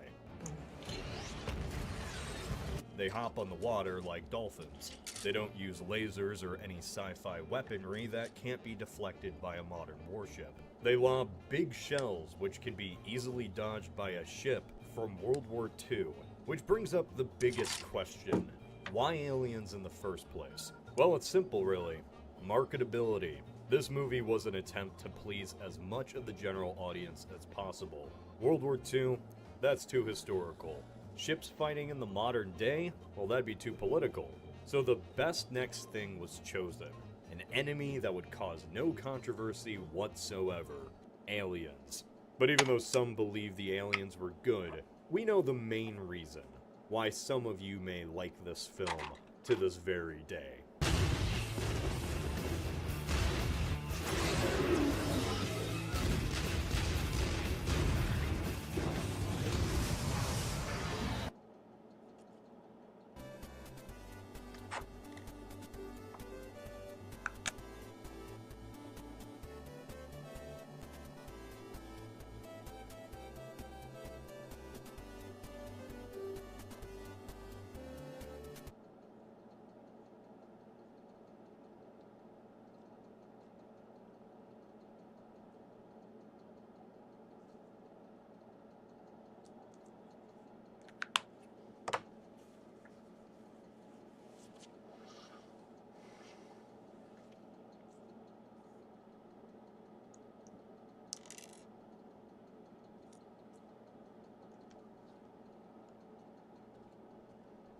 Really went there with that one.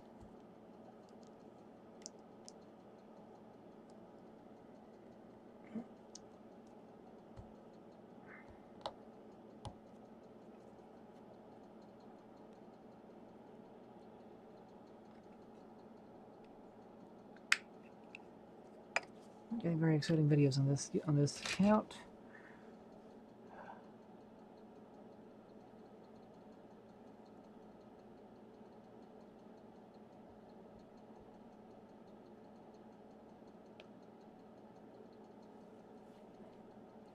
Hey guy, welcome back to my annual current. Stick around. Oh, wait, I know what it is. Today's video is sponsored by Current. Stick around to the end to find out how you could win $500. Perfect. Hey guy, welcome back to my annual non-Halloween Halloween video that I'm only posting on Halloween because it's also the last day of the month. I'm your host, Drooby Goo. If I were to make a list of all my favorite crime-fighting dogs, Scooby-Doo would have to be near the top. I don't know how much of the dirty work he's actually doing. He's usually kind of just along for the ride, but he has his own theme song, and that's cool. I would actually go as far as to say that the Scooby-Doo theme song is perfect, and here's why. Number one, they give him a middle name. Scooby-Dooby-Doo? That's hilarious. Number 2, it asks an important question. Where is the dog? Is he outside? I thought you were watching him. But also, of course they lost him. He's not on a leash and everyone is hot. You know, when you think about it, it's pretty funny that the show is named after Scooby-Doo when he's really just the wacky sidekick. He's the comic relief character and the title of the show. It would be like if Succession was called, Has Anyone Seen Greg? Scooby-Doo has been around for over 50 years now, so of course it's been turned into a never-ending movie franchise, some of which are insane. They've turned him into a Lego, they've turned him into a puppet. They've teamed him up with Batman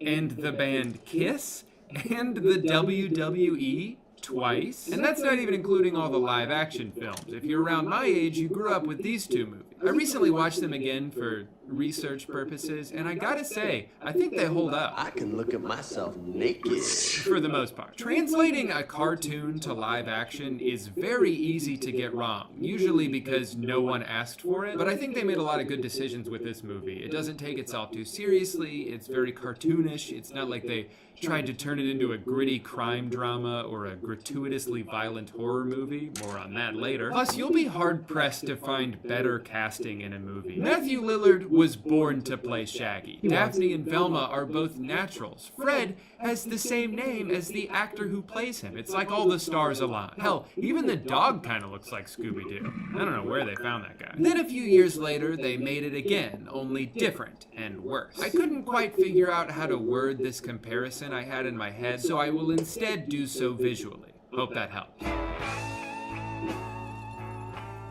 Jinkies.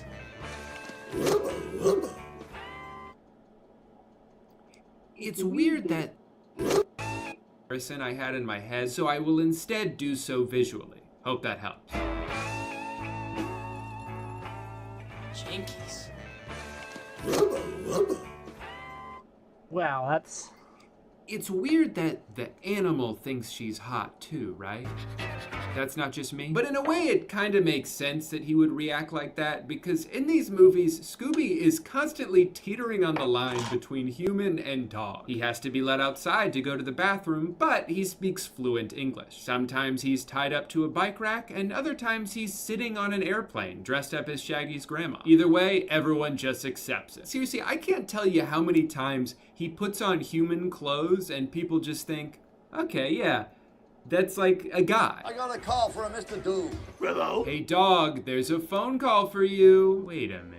Why is that dog on the phone? But to be fair, this is the same universe of Dumbos who couldn't tell what someone looked like because her hair was kind of short. So at least they're consistent. What sets the 2009 movie apart from its previous two iterations, though, is that this time it's an origin story. You know how you've always wondered what these teenagers who have nothing in common were up to before they started doing the thing that makes them interesting? Of course you didn't. For some reason, I find myself fascinated by the Scooby-Doo origin story. I think mostly because they've now made several attempts at defining one, and they all contradict each other. In this movie, The Mystery Begins, the gang meets for the first time in detention because they were in a bus that crashed. Don't ask me why they, and only they, got in trouble for that, because I don't know. So it's basically just the Breakfast Club until a couple of ghosts pop out the ceiling and knock down some books. And then since the principal blames them, they decide to go solve the mystery themselves and clear their name. Okay, that makes sense. They met in high school, bonded over one shared interest, and thus began their lifelong career as unpaid detectives. But then in the 2020 film called Scoob, we open on a child Shaggy who is friendless and lonely. He happens upon a lost puppy on the beach. A cop asks him what his name is, and he says, His name's Scooby! I always assumed the snacks were named after him, not the other way around, but you learn something new every day. Then they go trick-or-treating, meet the rest of the gang, end up at the dilapidated murder mansion, which is next door, find out the guy who lived there was stealing various electronics, and thus began their lifelong career as unpaid Wait, I thought they met in high school. Yeah, no, it's all coming back to me now. Scooby fell out of a truck and got scared so hard by a ghost that he rolled into bed with Shaggy, where they instantly fell in love. So that's the origin story. But you also can't forget about the 1988 animated series A Pup Named Scooby-Doo, which follows the ragtag group of kid detectives solving crimes before they've even solved puberty. So that settles it. Canonically speaking, the gang met as children. But you also have to factor in the straight-to-video spin-off Daphne and Velma. That's right, they made a Scooby-Doo movie about only 2 of the characters, and neither of them are Scooby. What if we're to take what's established in this movie as the official lore, then it would mean that Velma and Daphne are actually the first of the group to meet. They befriended each other online because of Daphne's Twitch stream, I guess. Then they meet IRL in high school and solve the case of the fog machine locker. So I guess they went on to meet everyone else in college? I don't know about that. Something tells me Shaggy and Velma aren't getting into the same school. Also, what year is it supposed to be? The original series took place in the 60s and 70s, but every iteration after that has seemingly been set in modern times because, you know, they got the internet, which is fine. Seems like a missed opportunity to do a period piece, but I get it. Time marches on. But hold up, isn't this supposed to be a prequel? So Daphne and Velma met online in 2018, and then they grow up and they're all solving crimes together in the 70s? How did that happen? In Scoob, Shaggy is 10 years old listening to like Spotify playlists on his smartphone, and then the rest of the movie takes place 20 years after. So, Scooby-Doo, it's in the future now? Weird. I don't remember getting an email about that. Hey, babe, did you hear the news? Scooby's in the future now. I know what you're thinking, Drew. Buddy, you're getting a little worked up here over the accuracy of a cartoon, and that's a fair point, imagined audience member, but I've watched 7 Scooby-Doo movies this week. There is nothing left up here. I simply don't know how to make a YouTube video without breaking my brain in the process. Anyway, I watched all these movies, and now I'm gonna talk about them. Let's start with the aforementioned Scoob, which suffered from being released at possibly the worst time for a movie. Other than like 400 BC, there were no theaters. But I think the last thing on everyone's mind in May 2020 was, I wonder what Scooby and the gang are up to. Personally, I don't know what to think of this movie. At times, I kind of like it. The voice acting is solid. I love Will Forte, even though Shaggy is kind of a weird role for him. But it's pretty funny for a kid's movie. Wait, have you not been paying your taxes? I handle our accounting. Sometimes.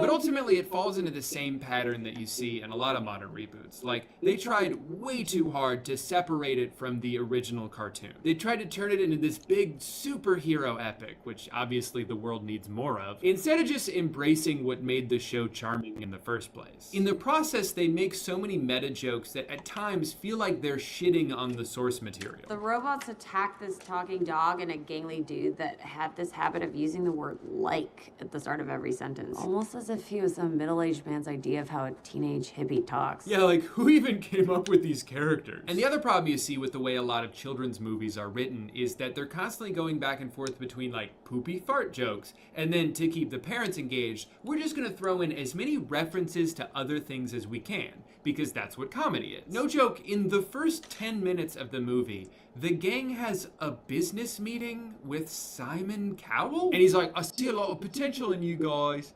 except for you two. A group can only be as strong as its weakest links. I can't invest with these two involved. So he was gonna, like, invest in them? Was he gonna sign them to a record deal? What is this scene? He also says the most predictable foreshadowing line. You can't count on friendship. People change.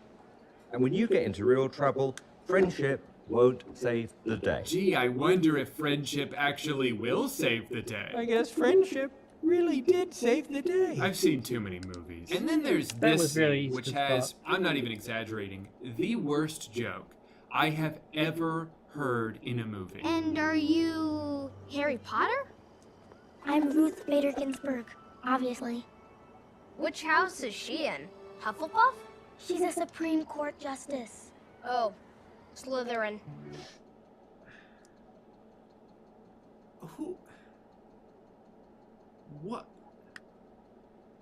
Why? They also kind of turned half the cast into the same character. Shaggy is a little dumb guy. Fred is a big dumb guy. There's this dude named Brian who doesn't add anything new to the mix because he's also a big dumb idiot. And then Daphne, I don't think she does anything in this movie.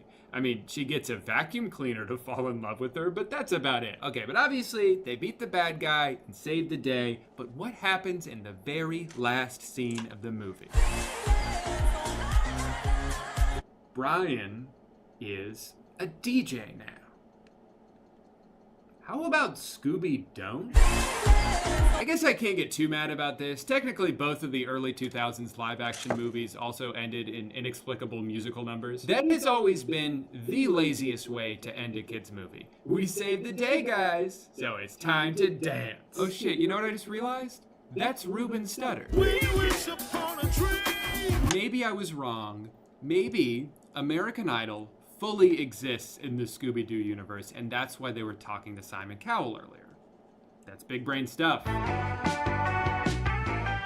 There wasn't a ton else to talk about this movie, but there were a couple things in here that drove me crazy. First, Velma is seen bringing her science project to school multiple days in a row. Why?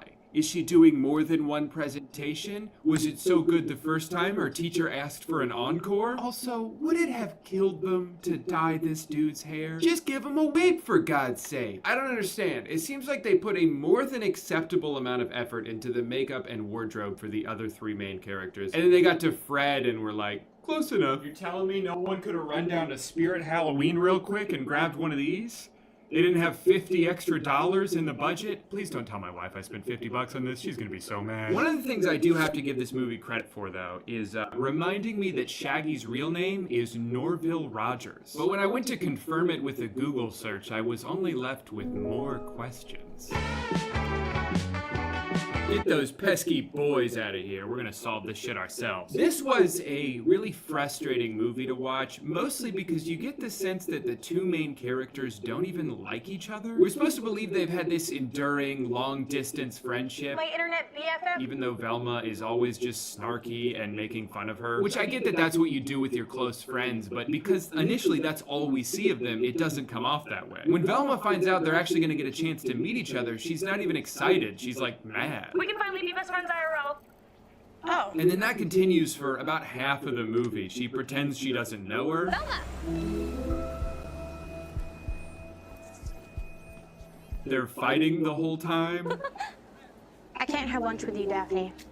Not today, not ever. Actually, Velma is mean to everyone. Instead of just being like an awkward nerd, they made her into an asshole. Eventually, like 30 minutes in, she finally explains to Daphne that she was just doing it to protect her because there's something weird going on in the school. Which, like, okay, that makes sense. No, but then, why did you step on that girl's muffin? What were you protecting her from? A nice breakfast? The movie's biggest flaw, though, is that it's just not fun. The characters have about as much depth as that cardboard cutout. Hey, don't look at me like that. They don't get along very well, they're never making jokes or showing any signs of chemistry other than hugging once. And at the end of the movie, when it had a chance to somewhat redeem itself, everything falls apart. There's a scene where they fight robot spiders, and I'll just let that speak for itself. Until then, good luck with my spiders.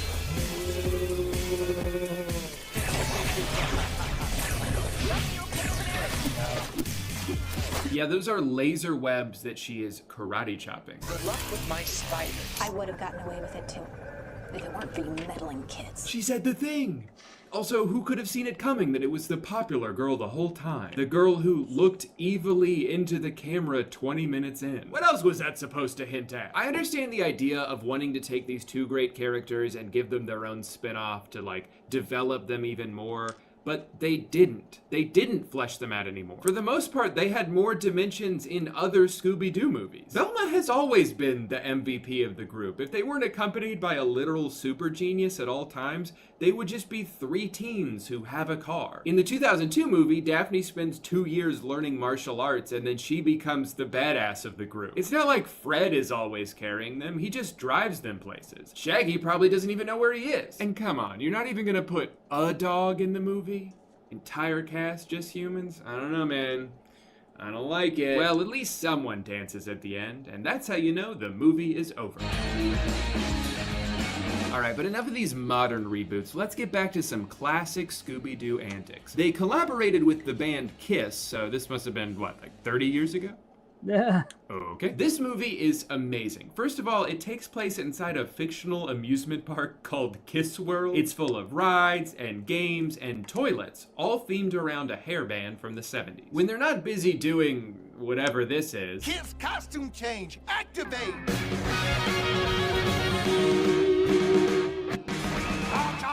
Daphne spends her night being infatuated with Starchild, also known as Paul Stanley, who was 63 years old when this was made. I guess if you're a big fan of children's mysteries and classic dad rock, you're gonna love this shit. Chikara's never wrong. Except that time she predicted the Love Gun album would go gold. 'Cause it went platinum! Oh yeah, baby!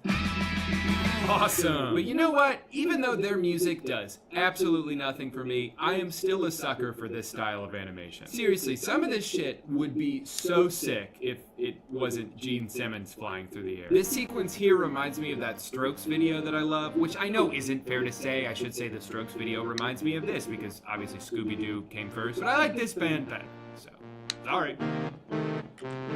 And finally, the most effed up Scooby-Doo movie of them all. Saturday Morning Massacre, or Mystery, depending on which poster you're looking at. What do you think this is, some Saturday morning cartoon show? I don't watch television. This doesn't actually have any association with the Scooby-Doo franchise, but it's worth talking about because it's clearly a direct parody. It's basically like if someone took all the elements of Scooby-Doo and turned them up to 100. Except for the dog. They turned him down to just regular pet. But passing hints of marijuana use? Nah, we doing that crazy shit. Mild romantic tension between Fred and Daphne? Nope, they have sex now. Silly ghosts? How about the devil himself? Well, this place is fucked up. I watched this at 9 a.m. yesterday, not because I'm too scared to watch a horror movie at night. I don't know who told you that. I ain't scared of nothing. And I do mean that in the double negative sense, which is to say that I am scared of some things. This movie, though, while occasionally a little creepy, isn't all that engaging. A lot of the dialogue comes off as more awkward than adult. Oh, you know what? I didn't tell you this, but I don't have my period anymore. Hey, guess what? I'm having a boner right now. Also, it's not just Fred and Daphne. Velma and 40-year-old meth head Shaggy make out too, because why not? Clearly the goal is to be over the top with everything here, which is why half the movie is just people cursing at each other. In lieu of comical chase scenes, we have a relentless amount of blood. Blood on the walls, blood on their faces, blood in their mouths. It's blood. I could have told you that. There are demon-possessed children feasting on dead bodies. About halfway through, it turns into such a non-stop gore fest that my eyes actually started to glaze over. It's a little misguided. Did I mention the sex scene goes on for over 3 minutes? How about Scooby don't? Normally when I've spent this much time making a video about something, I end up so tired of that thing by the time I'm done that I never want to think about it again. But this video just made me want to go back and watch good Scooby-Doo. So I watched the Zombie Island movie, which is legitimately kind of scary. There's werewolves and zombies and voodoo dolls. This shit's creepier than the last movie. Then I watched a couple episodes of Mystery Incorporated on Netflix, which is probably the funniest Scooby-Doo show. I even watched this video by Lele Pons, which has 36 million views, and it made me want to set my computer on fire. I think I'll always have fond memories of watching the cartoons as a kid, but there comes a time when there's just nothing else to do with the series, and that time has come and gone. Just kidding. They're gonna keep milking this shit for 100 more years. Everyone watching this video will have died, and they'll still be making Scooby-Doo movies. Mark my words. More than anything though, watching 16 hours of Scooby-Doo content just made me realize how much I want an animal companion in my life. I don't know, like a dog? Hey, wait a minute. You're a dog. So what do you say, buddy? Friends? What the hell? I don't understand. I got rid of you. Yeah? Oh. No, I get it. You took years of my life from me and then tossed me aside when you didn't want me anymore. My bad. And now, to make things even, I must take something away from you. Your best friend. No! I mean, I wouldn't say we were best friends. I just met you. Goodbye, old pal. We'll see you in hell. Well, that sucks. Anyway, thank you so much for watching today's video. I think we all learned a valuable lesson not to piss people off, because you never know how they'll enact their revenge. Be sure to gobble up that like button and subscribe as hard as you can. Holding the I'll be back piece that is tomorrow painted with to the another heater sick underneath the skateboarding desk. compilation. Try to make the paint dry a Happy little Halloween. faster.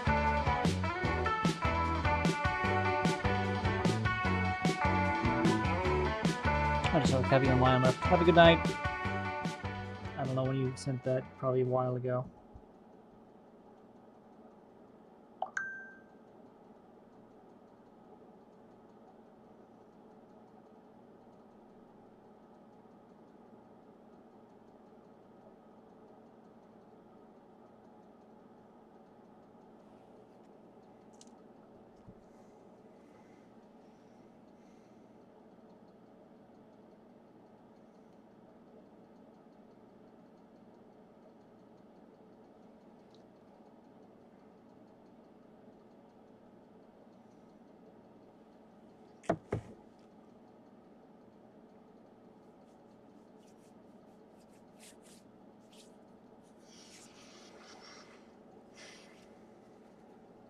What next? What next?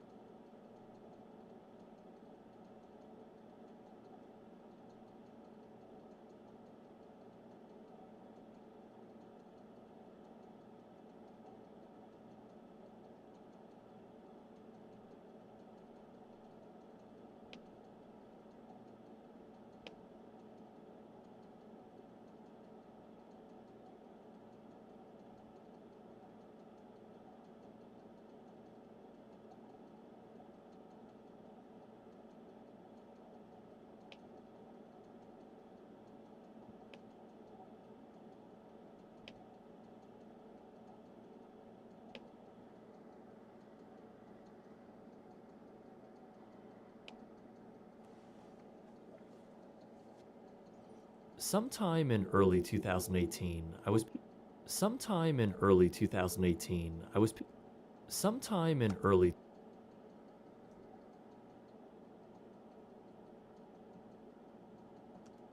Sometime in early 2018, I was picking up food and saw a flyer for an amusement park all too familiar to me. Everything chocolatey.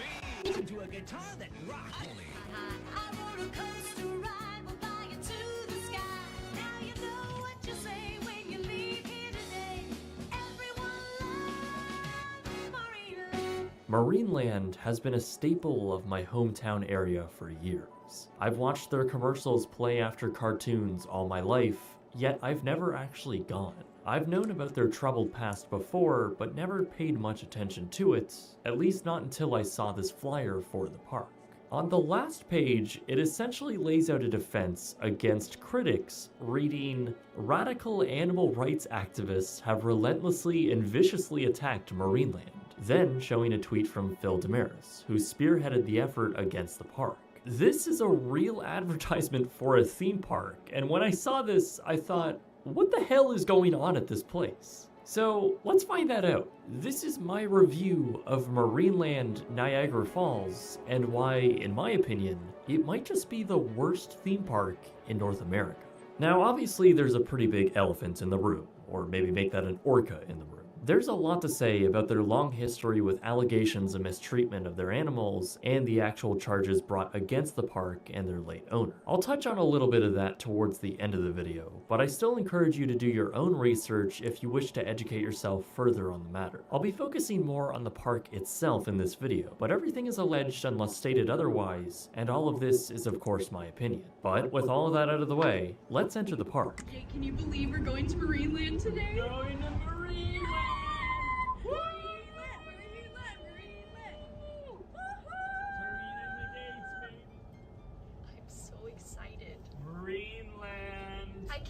need to watch the Oh my god, this is bumpy. The cost of entry is $43.95 for children or seniors, and $50.95 per adult. In years past, you can upgrade to a season's pass for just $5 extra, but this year it's completely free. So that's exactly what we did, as we'll visit the park twice for this video. The total for the two of us plus tax was $115.15 Canadian. Not exactly a bargain for what you're about to see. Who needs to be an annual pass holder at Walt Disney World? I got a Marineland fun card. Let's see the map, Emmy. Why does this dolphin look like it's been smoking for years of its life? It looks like it drinks a Diet Coke every night. Watch out, the parking lot is inside the park apparently.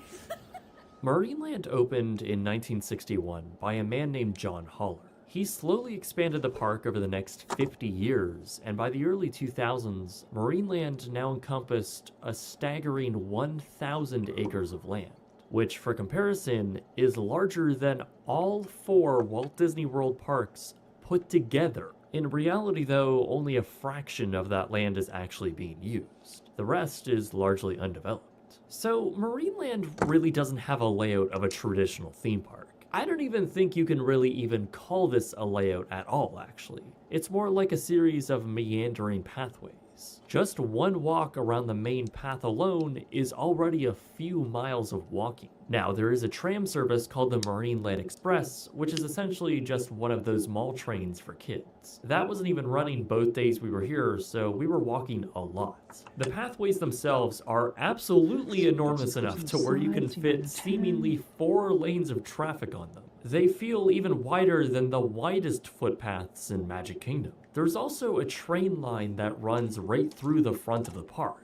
This isn't a current attraction, it's an industrial train line that connects 2 factories on either side of the park's property. It's just very weird. Some of these pathways would also just literally lead to dead ends. In one case over in Arctic Cove, there's just a massive pathway that has no signs and seems to just lead to nothing.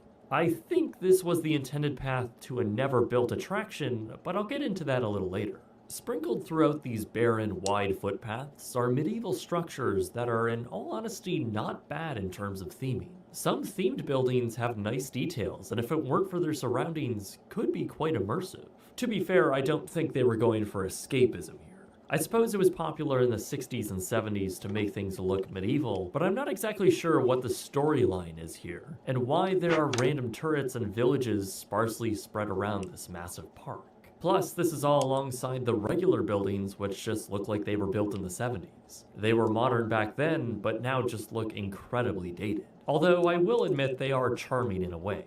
The entire property has this hometown theme park feeling. Really though, being in a park this large with such a weird layout was made even weirder by the lack of people. Now, we went on a Thursday, so I thought maybe we had just picked a particularly slow day of the season. So we returned on a Saturday, and there were quite a bit more people, but the sheer size of everything still made the park feel empty. You could easily walk on any attraction without a wait, and sometimes you could just walk into random areas of the park and be completely isolated. There were so few people on our first day there that vehicles would often drive down the guest pathways. I mean, we saw golf carts, Mercedes SUVs, pickup trucks, construction equipment, and even an old tractor. It got to the point where we were seeing more vehicles than we were guests. With such vast space and the hot sun beating down on you with little shade, you'd think that Marineland would at least have well-placed food and drink stands, right? Yeah, no. There are technically 2 quick service restaurants at the front of the park. Only one of them were operating. The other had strollers working at the kitchen, so I guess nobody wanted to eat there.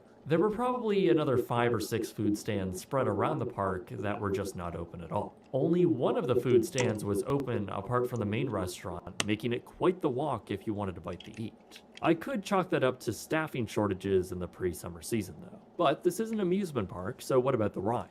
Well, Marineland has a total of 16 attractions. Pretty much all of them are off-the-shelf flat rides, 13 of which were designed for small children, with only some of those attractions themed to cohesively fit the park, some not even operating at all and easily mistakable for being abandoned, and just some simply showing their age. Now, there are 3 of them that provide a little more intensity, the most famous of which is the Sky Screamer, functioning as their e-ticket attraction and kind of serving as the park's icon. Now, I don't like drop towers, so I didn't go on it, but from what I understand, it's pretty good solely because of its unique view of Niagara Falls. The only issue is that it's on top of a very large hill that you have to climb over a very long and steep pathway. Then there's the newest attraction to open at Marineland, Star Voyager. Just like many others, it's a pretty standard off-the-shelf ride from the Zyre Company. Before this though, the infamous Topple Tower attraction stood on the site. It opened in 2007 and constantly had maintenance problems until they just stopped operating it altogether. It sat abandoned for years until they finally replaced it with this, a pretty generic flat thrill ride in 2021. There's also a water play area, which is also a relatively new addition, which apparently is only open in July and August. Finally, there's the roller coaster. And oh boy, is this a weird one. Dragon Mountain is Marineland's one and only roller coaster, and it is the very definition of bizarre. The park touts it as the world's largest non-stop roller coaster covering a staggering 30 acres of land. The original plan for this attraction was extremely ambitious, as John Haller wanted to build a large mountain with volcano elements, several tunnels, and a quarter-scale replica of Niagara Falls. So, Aerodynamics designed a coaster to meet this vision. Unfortunately, the budget was deducted halfway through, and the attraction opened pretty much unfinished in 1983. It had stayed that way for years afterwards, with metal framing surrounding the helix where the volcano was intended to go. Where the Falls replica was slated, just a tunnel of steel framing was constructed and left that way until 2006, when it was finally torn down. The same year also saw the volcano helix get completed, but everything else was just never finished, which is why the track layout is just so strange. Coaster Studios' video is much more in-depth from an enthusiast point of view, and you can go watch it through the link in the description below. But for me personally, this was a rough, pretty unenjoyable ride. Nothing about this felt very safe or even maintained. Its track is the opposite of smooth, and its jerky design elements feel like someone built it on Roller Coaster Tycoon 3. Because this ride never saw its entire vision built, there's now just entirely straight sections over a field. There is something to be said on how weird this roller coaster actually is, which makes it kinda cool in that aspect. It's also neat to see a high-speed train travel through a forest like this, even if it feels like your head is going to be chopped off by tree branches. What's much less fun to laugh at are the animal exhibits. This is Marineland after all, so what do they have for marine life? 3 times daily, there's a dolphin and other marine mammals show, which Marineland calls the educational presentation. I find it pretty blatant that they're spinning it in a way that's supposed to be completely educational, when it's really just a trick show with facts sprinkled into it. Over at Friendship Cove and Arctic Cove, you'll be able to see the beluga whales and 1 orca. While the underwater viewing areas will almost guarantee you a clear view of these beautiful animals, the sheer lack of size in their enclosures is extremely depressing. Kiska, their last orca, just swims around in circles in the comparatively small tank. I will say, it is a unique experience to see the intelligence of the beluga whales. I just wish it was in a different venue. In addition to all of these, they do have some rather unremarkable land animal displays, including a bizarre exhibit with a shocking number of deer. Finally, there's the aquarium, where you can apparently see penguins. However, none were to be found here. Just below that 1970s style stadium is a liminal space fish tank hell. Really, at least in my opinion, all of these enclosures are pretty much the bare minimum for these animals, and none of the environments are remotely natural looking. With all of this being considered, there of course have been multiple controversies plaguing the park. Now, the park's former and late owner, John Haller, has a long personal history of what I would consider to be just straight up mistreatment of animals. There have not only been allegations of him shooting random neighbors' dogs, but also not giving trainers enough resources to properly care for the animals in Marineland's care. Phil Damaris, along with other former trainers, have spoken out against the park and created a huge wave of outrage. Now, every year a protest is held, which has led the park to put up a wall around the entire entrance parking lot. So from the road, you'd barely even know what Marineland is. In response to all of this backlash, Marineland went on a pretty aggressive PR campaign with the creation of 2 YouTube videos directly addressing the controversy. One that specifically addresses the recent claims, and another rather strange one that basically says if Marineland closes, it would have a devastating effect to the local economy, which I'm not too sure about. In 2016, the Ontario SPCA, the Society for Prevention and Cruelty to Animals, charged the park with several counts of animal cruelty. Now, it's important to note that these charges were dropped, with the prosecutors claiming they had no likelihood of conviction. In 2019, Canada passed legislation outlawing the shows that used marine animals for entertainment. Marineland was then criminally charged for allegedly continuing to run the shows that did just that. The park denied these allegations, saying the shows were used for educational purposes only, and the charges are being returned to court in early 2022. But really, that's just scratching the surface of Marineland, and specifically John Holler. Once again, I encourage you to do your own research, but quite another shocking act took place in 2004, when Holler purchased the Green Oaks Mobile Home Park across the street from Marineland. In 2009, Holler evicted all 47 families living at Green Oaks against their wishes, many of whom claimed they didn't have the means to find other housing, and thus a huge amount of pushback and protesting ensued. But the eviction went through, leading to the suicide of 62-year-old Paula Millard, who wrote this on her wall. The entire trailer park is now abandoned. Millard, who wrote this on her wall. The entire trailer park is now abandoned and demolished. The property was never put to use. Alright, moving away from the more depressing stuff. With the park's creator and longtime owner John Holler now gone, the long-term future for Marineland has been put into question. There have been several big plans for future expansion. In that defense video for the park, they stated this. They are already working on River Country, where visitors will take boat and train rides through a new exhibit where they will experience amazing new animals from Africa and Asia.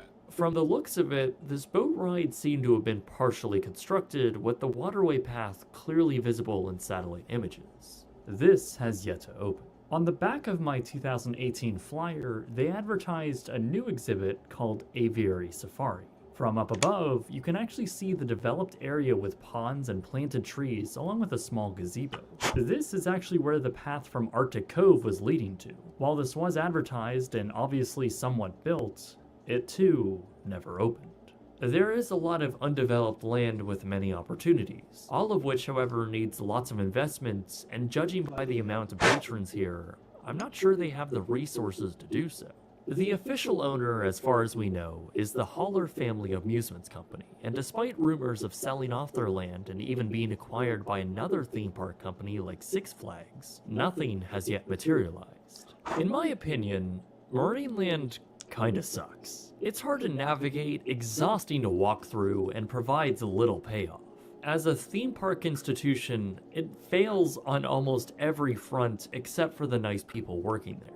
Sure, you can ride Sky Screamer or gawk at the weirdness of Dragon Mountain, but other than those, it's honestly pretty boring. You can easily see and do everything by 1 p.m., and that's all for $50 a person plus tax. That's a lot of money for what you're getting here. It feels like a cheap hometown theme park, but also one that has legitimate theme park rides. So it fits in the middle of this very strange Venn diagram. You just don't feel good when leaving the park, whether you feel ripped off or you just feel ethically bankrupt. In my personal opinion, I doubt the animals are being mistreated to a serious extent anymore. However, it is also in my opinion that no marine animal this large should be in a tank this small. An animal that objectively dives 300 feet and can travel 100 miles in a day. If you want to learn about these creatures, go watch a documentary or read a book. I am highly skeptical of the fact that people go to these parks to learn about the animals, and the only reason to keep them around is to teach people about them.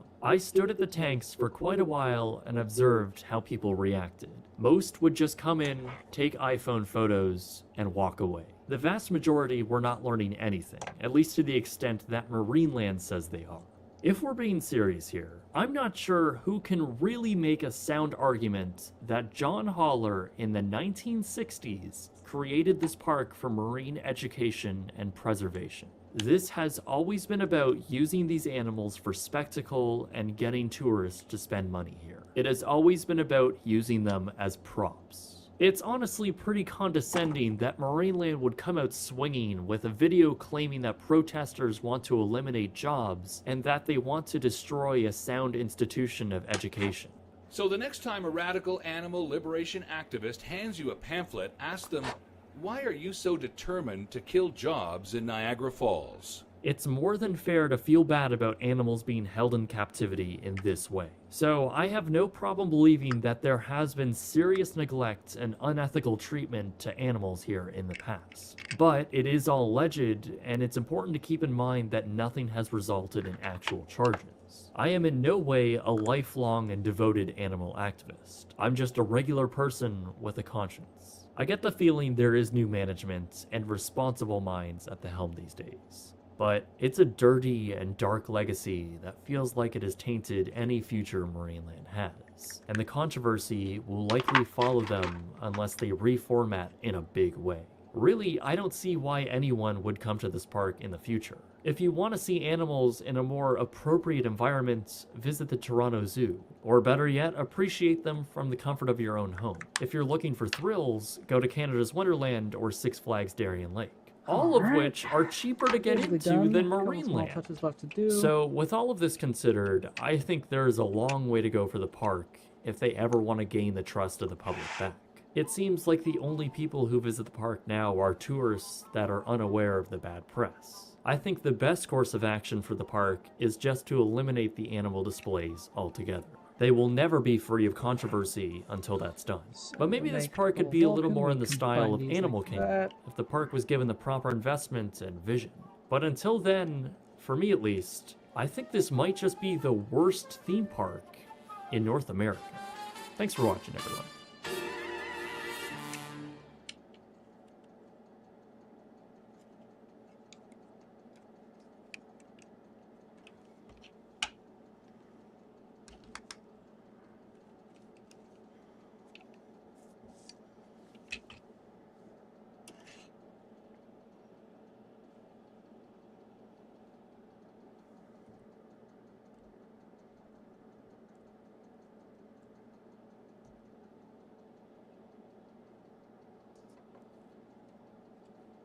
Hey everyone. Any fans of this channel might have picked up by now that I love terrible reality TV shows. Now, any reality show really, but my favorites are food shows. And this isn't some recent thing either. I didn't jump on the bandwagon along with everyone else who discovered the joys of rotting their brains with Tiger King last March. No. I mean, Tiger King isn't even a cooking show unless you count Carol Baskin's husband. I started out soft with Gordon Ramsay hugging kids on MasterChef Junior. Come on, bud. Come here.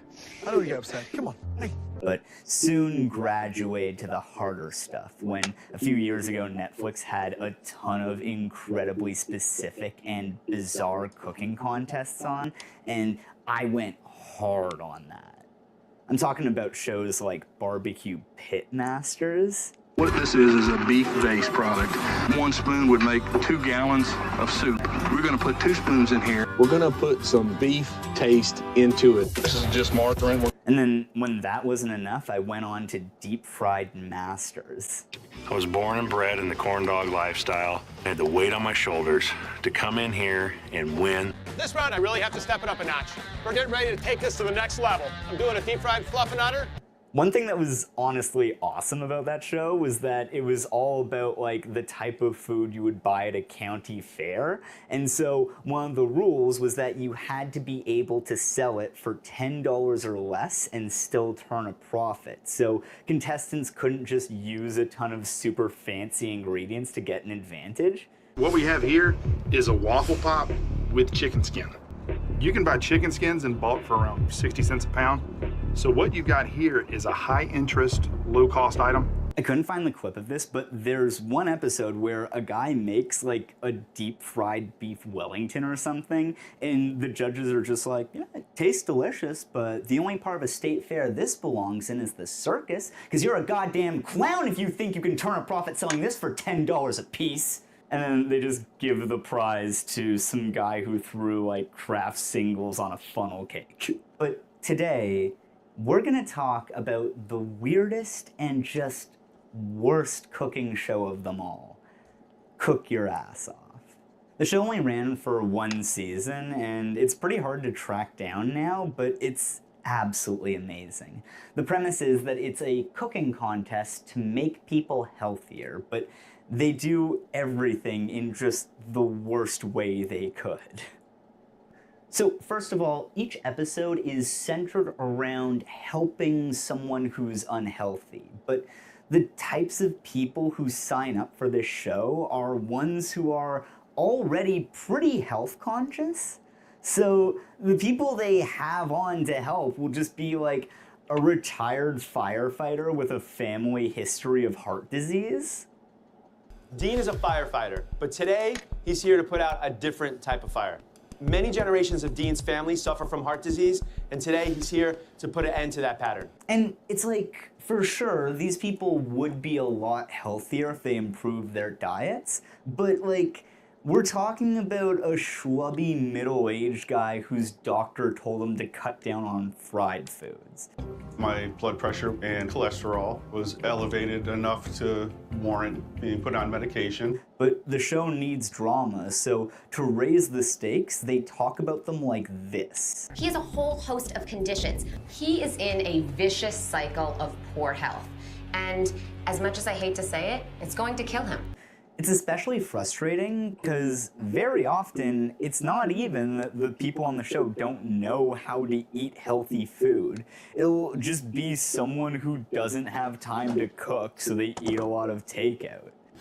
Jill is a busy mom of 4 kids who wants to start on a healthy journey for herself and her family. Having 4 kids, it's just really hard to find the time to feed myself anything healthy. Tracy's a celebrity hairstylist who's put her health on the back burner for her career and is now battling health issues. I'm always on the go. I never know where I'm gonna be, who I'm gonna meet, or what I'm gonna eat. Like, this busy mom or this lady who travels for work aren't overweight because they don't know that you can have salads for dinner. Are you ready to incorporate things like fruit for snacks? I love the idea of a warm salad, and I love that you introduced the idea of a warm salad. It's not just cook vegetables on the side at dinner. You can really have a whole salad for a meal. This is already not a great premise for a show, but it gets so much weirder. The show has 3 judges. The first is one of a rotating panel of judges who critique the food just based on how it tastes, standard stuff you would see on any cooking show. They're usually pretty friendly and offer constructive criticism. No notes, they're doing a great job. The second judge is nutritionist Carrie Glassman, who gives me real vampire who hasn't aged in 200 years energy. Her criticisms are always so fucked, because she basically takes off points anytime the chef includes any salt, fat, or starch. Daniel actually has hoisin sauce. Right away there, I'm thinking that is a lot of sugar going on. I can't let you off the hook for the white bun. And I know you liked it, Tracy. I love corn. Why the 3 forms of fat here with the corn? You could have thrown in some more veggies in there, mushrooms, something a little hearty that could replace a meat. You don't want to scare off someone too much. I'm hoping that the baby steps bring you to the big steps. Danielle, tell us what you think about Chef Luis's dish. The fish, I could taste a little bit of the fishiness, and it had a couple of bones in it. Well, I'm just smiling that you used turmeric. It's also her job to explain how unhealthy the person they're supposed to be helping is. And she also makes a lot of like little jabs where she jokes about how much healthier and skinnier she is than them. The fact that you just introduced this plant source of protein to them is fantastic. And they did really remind me of what that stuffed potato would probably taste like if I ever had one. This wouldn't fill me. And I have a lot, sorry to say, less pounds on me. And speaking of the person they're supposed to help, they also sit in as the third judge.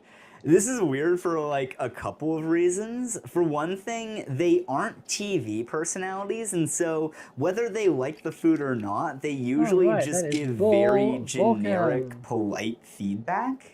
Everything was really good. The alligator was really good. I thought it was going to be tough, Guns but here it on the wasn't. It was side very, chain. it's like a chicken replacement. I like what he did with the apricots. They've got a nice flavor, good spice to it. Obviously, we're missing the cheesecake component, which is that's the big part. So, kind of hard to tell how they would all go together. Imagine if American Idol was hosted by Simon Cowell, Paula Abdul, and just Jeff. But also, sometimes they'll just be an incredibly picky eater and not try the food because it has something in it that the contestants had no way of knowing they didn't like. Yeah, I won't even try the green beans, though.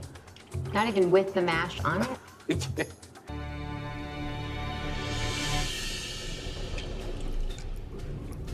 Nah.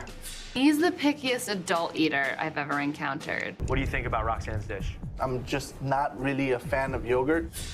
My entire dish was based on yogurt, and he hates yogurt, so... But there's a very important reason why they're a judge, and that's because while the grand prize is $50,000, anyone who makes it past round one gets to become this unhealthy person's mentor, which sounds like they're just supposed to be their nutritionist slash personal chef. You're all competing to be Danielle's mentor and to move on to our semifinals. The chef that wins here today will get the opportunity to work with Roger after the competition is over. Whoever wins here today gets the opportunity to mentor Angel and develop a meal plan just for him. Like, throughout every episode, they all talk about how much they want to work with this person to change their diet. If Angel was at a different stage in his transformation, we could do some really fun things together. I think that she needs me and my baby steps to get her on the path to changing her eating habits. We have to make it so she really can do it, because I don't want to waste my time with people who can't change. And like, cool, but that's a ton of work, which it doesn't sound like you're getting paid for at all. They never explain this, and when all the winners come back for the semifinals, they don't talk at all about how their mentorships went. And so, because of this format, the types of people who sign up to compete are absolute freaks. My passion for healthy food trumps everything else in my life. I'm very competitive, and I can be very intense. The people are dying. It's a slow suicide, and it's my responsibility to save them. I recently got into the paleo and/or caveman diet. You didn't see any fat caveman, did you? The challenges in each round involve turning the person they're trying to help's favorite food into something super healthy, and they all just have amazing reactions to these extremely innocuous junk foods. They're basically fried dumplings stuffed with potatoes and vegetables, really crunchy and packed with loads of flavor. That's something I don't think of as a snack. The cheeseburger. I'm gonna find a cheeseburger no matter where I'm at. When I see that burger is covered in ketchup, I immediately think, Tracy, we have a lot of work to do. They want me to recreate something that replicates the cheesy fries. Ain't gonna happen. I decide I'm gonna make a tuna wrap and a smoothie. If I'm gonna save this person's life, I need her to understand that there is no version of cheese fries that are gonna be healthy. My favorite snack is nachos. I want to throw up right now. I'm like, how I'm going to change this? Okay, also, those last two guys are absolutely amazing. For one thing, they just flat out refuse to make anything remotely resembling the original dish. All right, so I saw we had some tuna out, right? Yeah, What's going on with I want that? to do a nice wrap for her. Okay, and how is this sort of inspired by the cheese fry? It's not.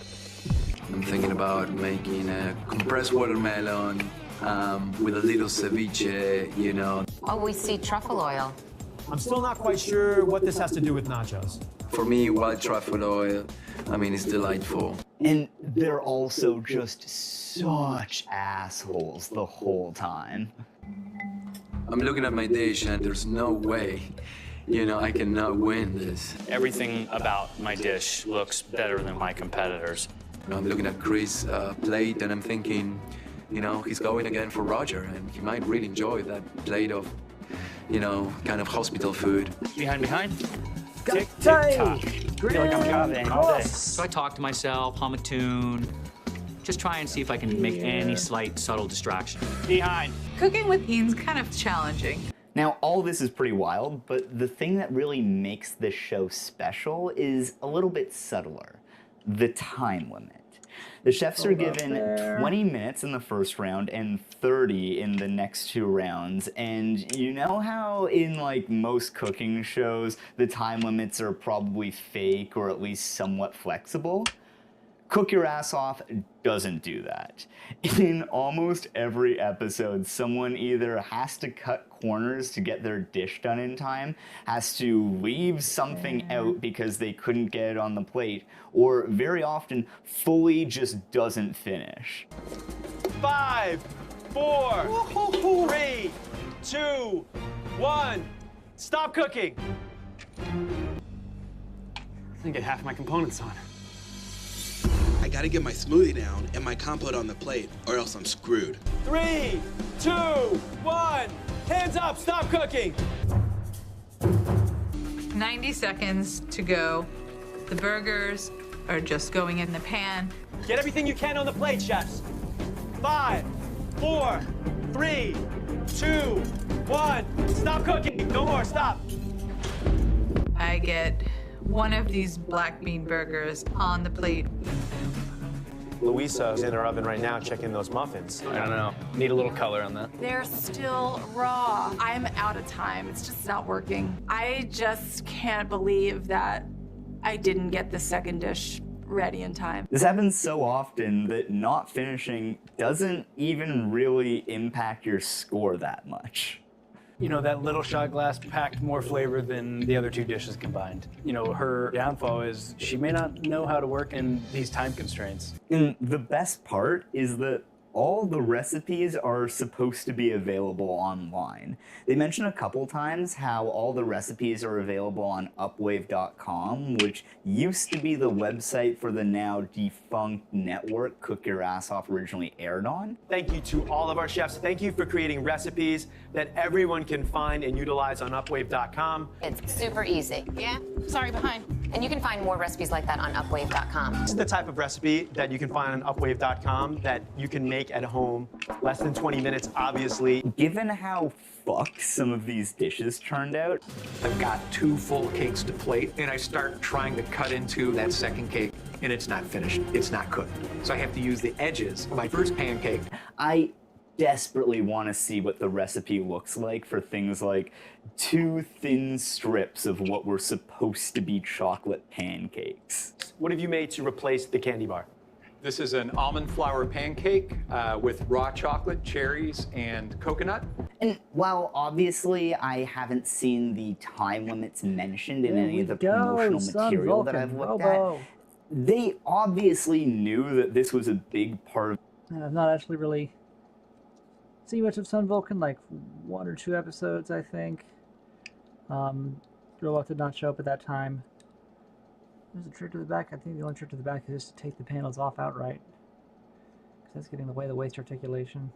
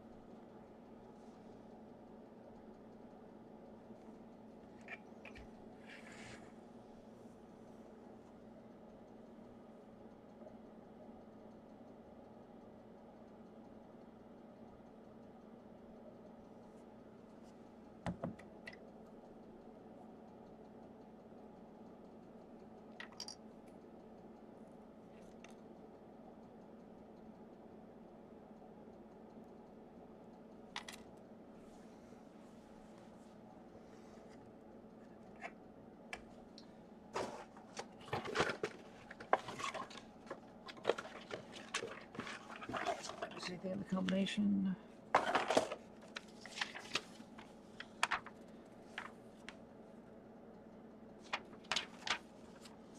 Not really. Okay. Accessories. Comes with the Taioken.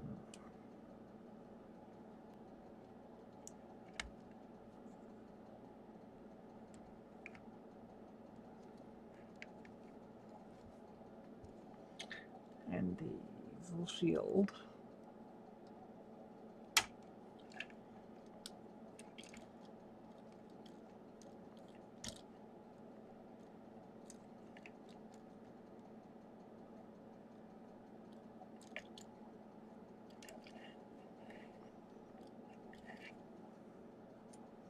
Turn it off.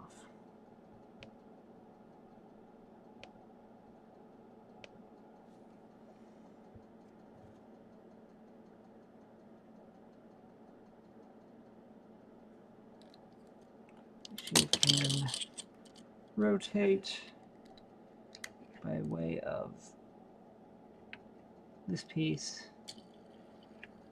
Yeah, you can take that out and it'll spin freely if you want it to. Got the Voltanfa.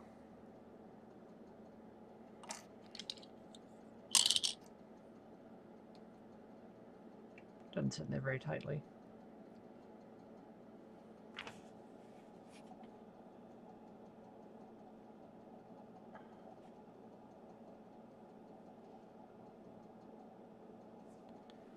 The evil hand, obviously.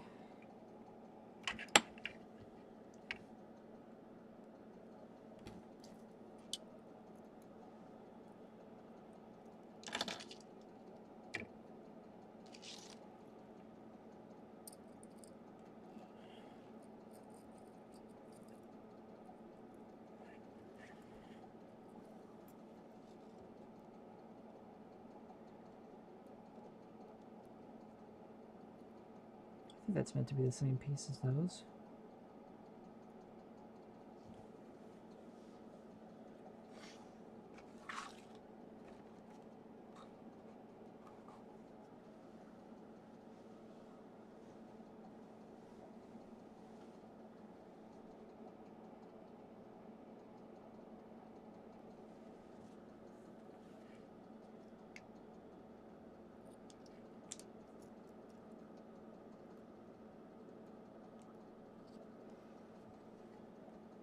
It's a long chain.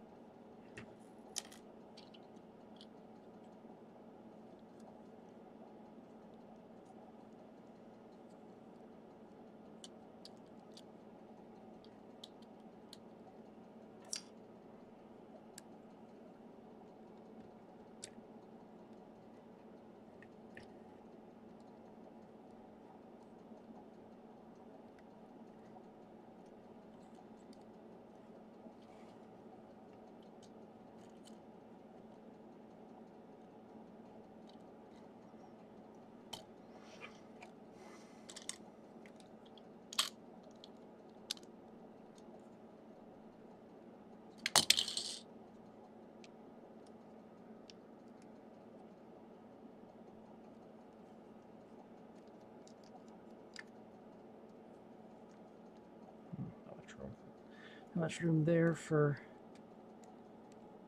articulation. The hip skirt, but it's something. Move a little bit.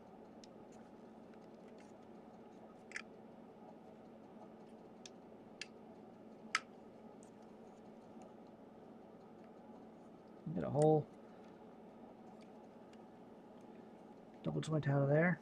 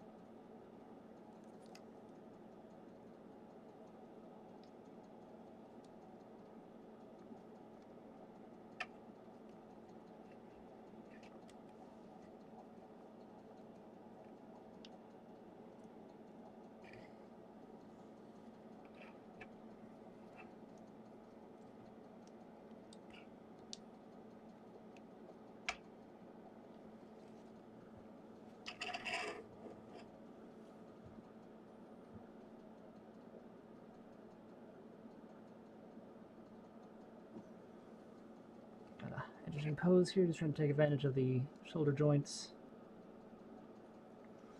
Let's see if I can't do the two-hand sword holding pose from the promotional images. Is it supposed to go in the...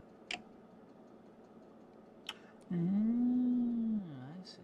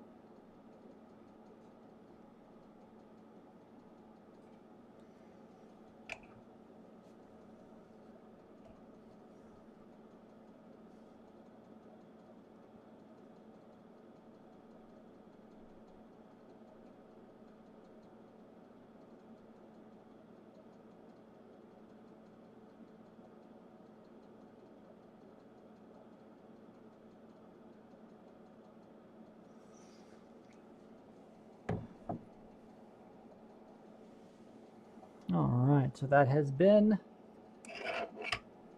my build of the Sun Vulcan Robo. Pictures hopefully maybe on my wall somewhere. Just of it with all my other Sentai, SMP, and Mini-Pla robots. But until then, next week I'll be back. I'm probably going to switch to Free Build Fridays.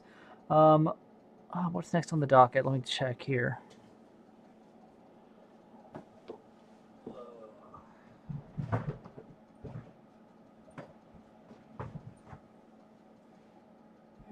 Oh, Fuga. Right.